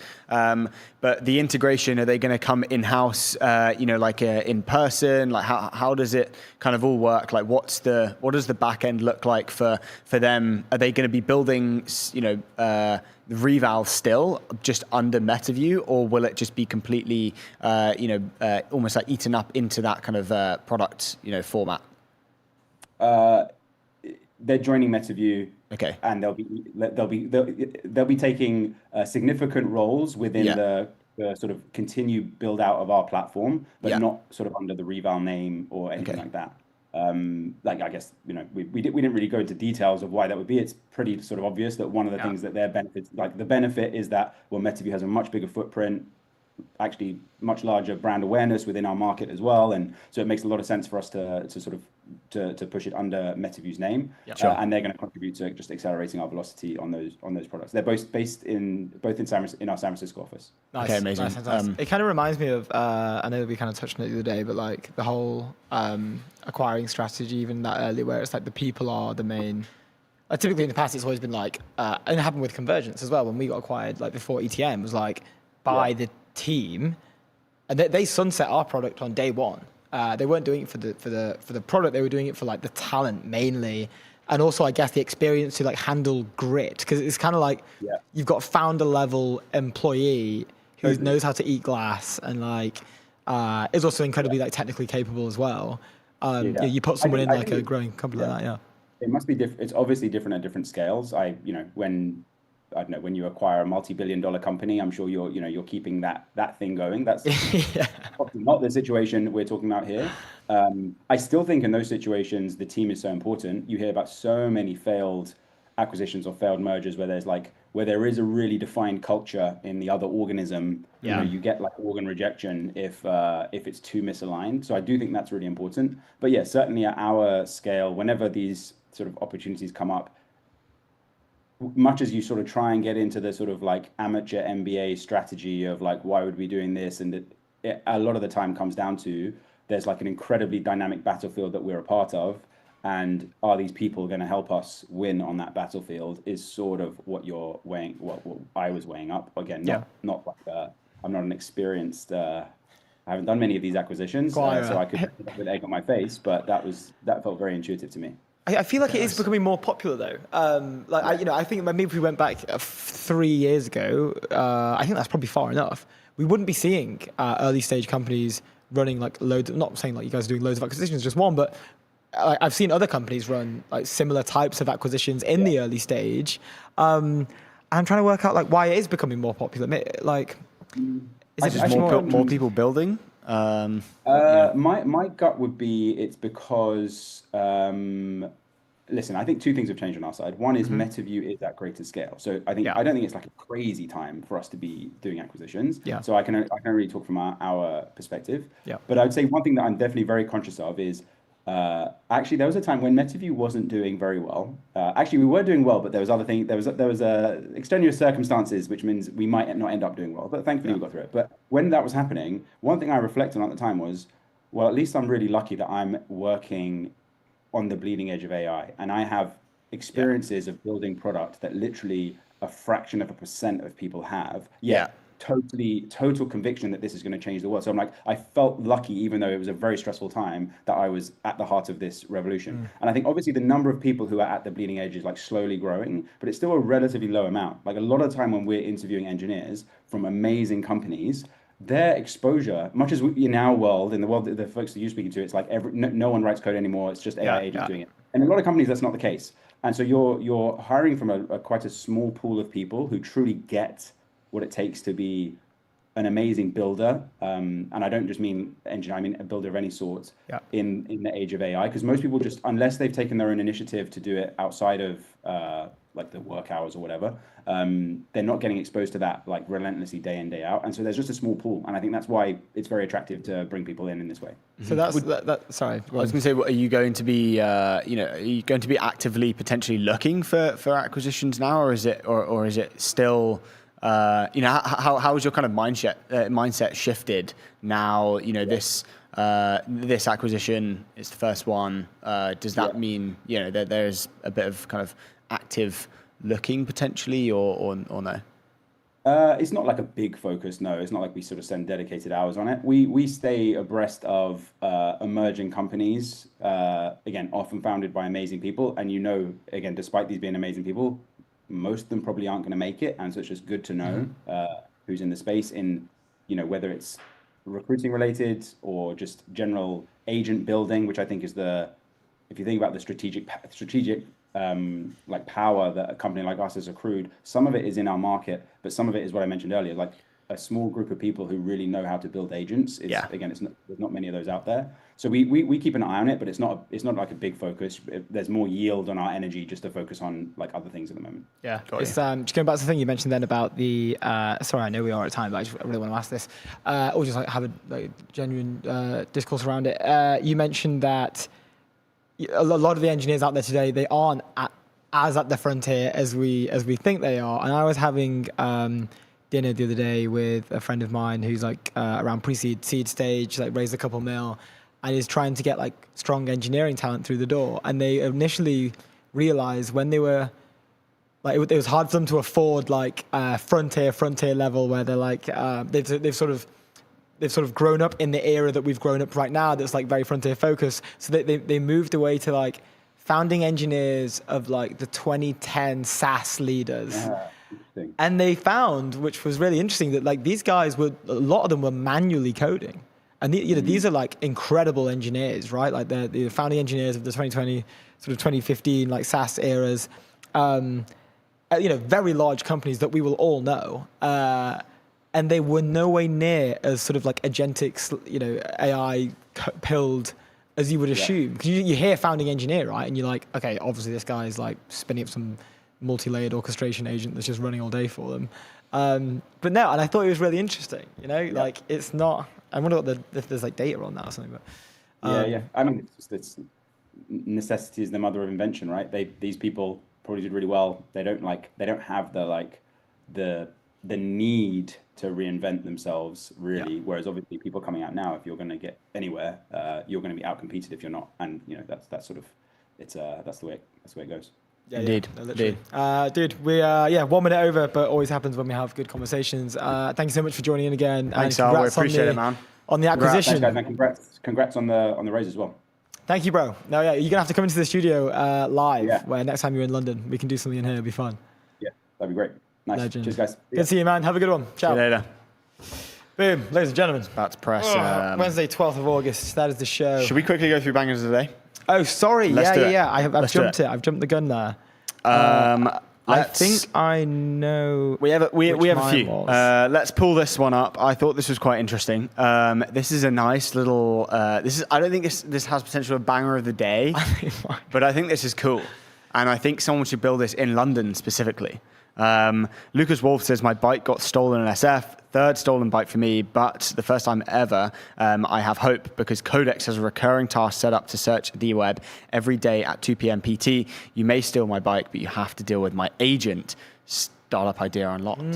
Someone needs to build this. Is it trying to see if it's go through Facebook Marketplace, go through all of these websites. Has it been pinged?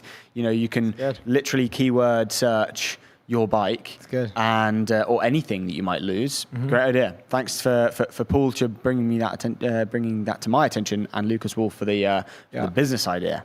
His second one that I just threw in there today. This is from Brooks again. Brooks has made it twice onto the timeline. Let's go. Commenting, I know this is AI, but wow, on my friend's photo of their newborn baby. I just thought it was incredibly funny. My sister has a baby, and I was just imagining, that comment getting thrown on there. That's good maybe chat. not as technically specific as others in the day. Craig Wise says it's not AGI until it tucks me in at night. I like that. And Mark comes in with the Tesla robot tucking Craig in. He's even put Craig's face on the man in the bed. Work. Well, Mark deserves some good recognition here. Yeah, congrats to Mark. Maybe that's a double banger. We'll see. We'll have to see. Full use. Next Mine's one. also still in like a little bit of the weird camp here. Adam Anthropocene Megafauna. Such a good name. Says, here's a quick test to tell if you have a real or a bad job. Chug down an entire gallon of milk in front of your coworkers. If they start clapping, it's a real job. If they become visibly agitated and upset, you've got yourself a bad job. From Anthropocene Megafauna is such a good name. Maybe we have to do that. Maybe one of us has to do that. See the vibe in the office. Chug some. I think it probably burst into a round of applause. Yeah, I think so. So to randomly chug a gallon of milk in here. Indeed. John Attridge in with some alpha for the dudes here. No, babe, I definitely made dinner reservations for your birthday. An AI agent must have hacked a restaurant and given them to someone else. He's done well here. Perfect. What has he done? He's mixing a trending topic with a familiar meme format. That's great. Clever. We all know what that means, though, when you mix those up. Yeah. You get a load of impressions. Yeah. This is my favorite. This is my banger of the day from Kaizo. Let's go to the picture first. ChatGPT is using your Mac. Kaizo goes, okay, but when is it my turn to use it? That is good. That is The humans are asking for their laptops back. Kaizo wants his laptop back. ChatGPT, give it back. That's my banger of the day. Yeah, and it's, you know what? It deserves a bit more attention than it got. Are you giving it? It's your call. You giving it? I'm giving Kaizo banger of the day. Done. There it is. Done. Congrats. Congratulations. And on that note, thank you very much for joining us. We will see you tomorrow at 12 p.m. BST UK Crazy time. guest tomorrow. Crazy guest coming Indeed, tomorrow. we have a banger. Join at 12 p.m. We'll see you soon. Ciao. Ciao.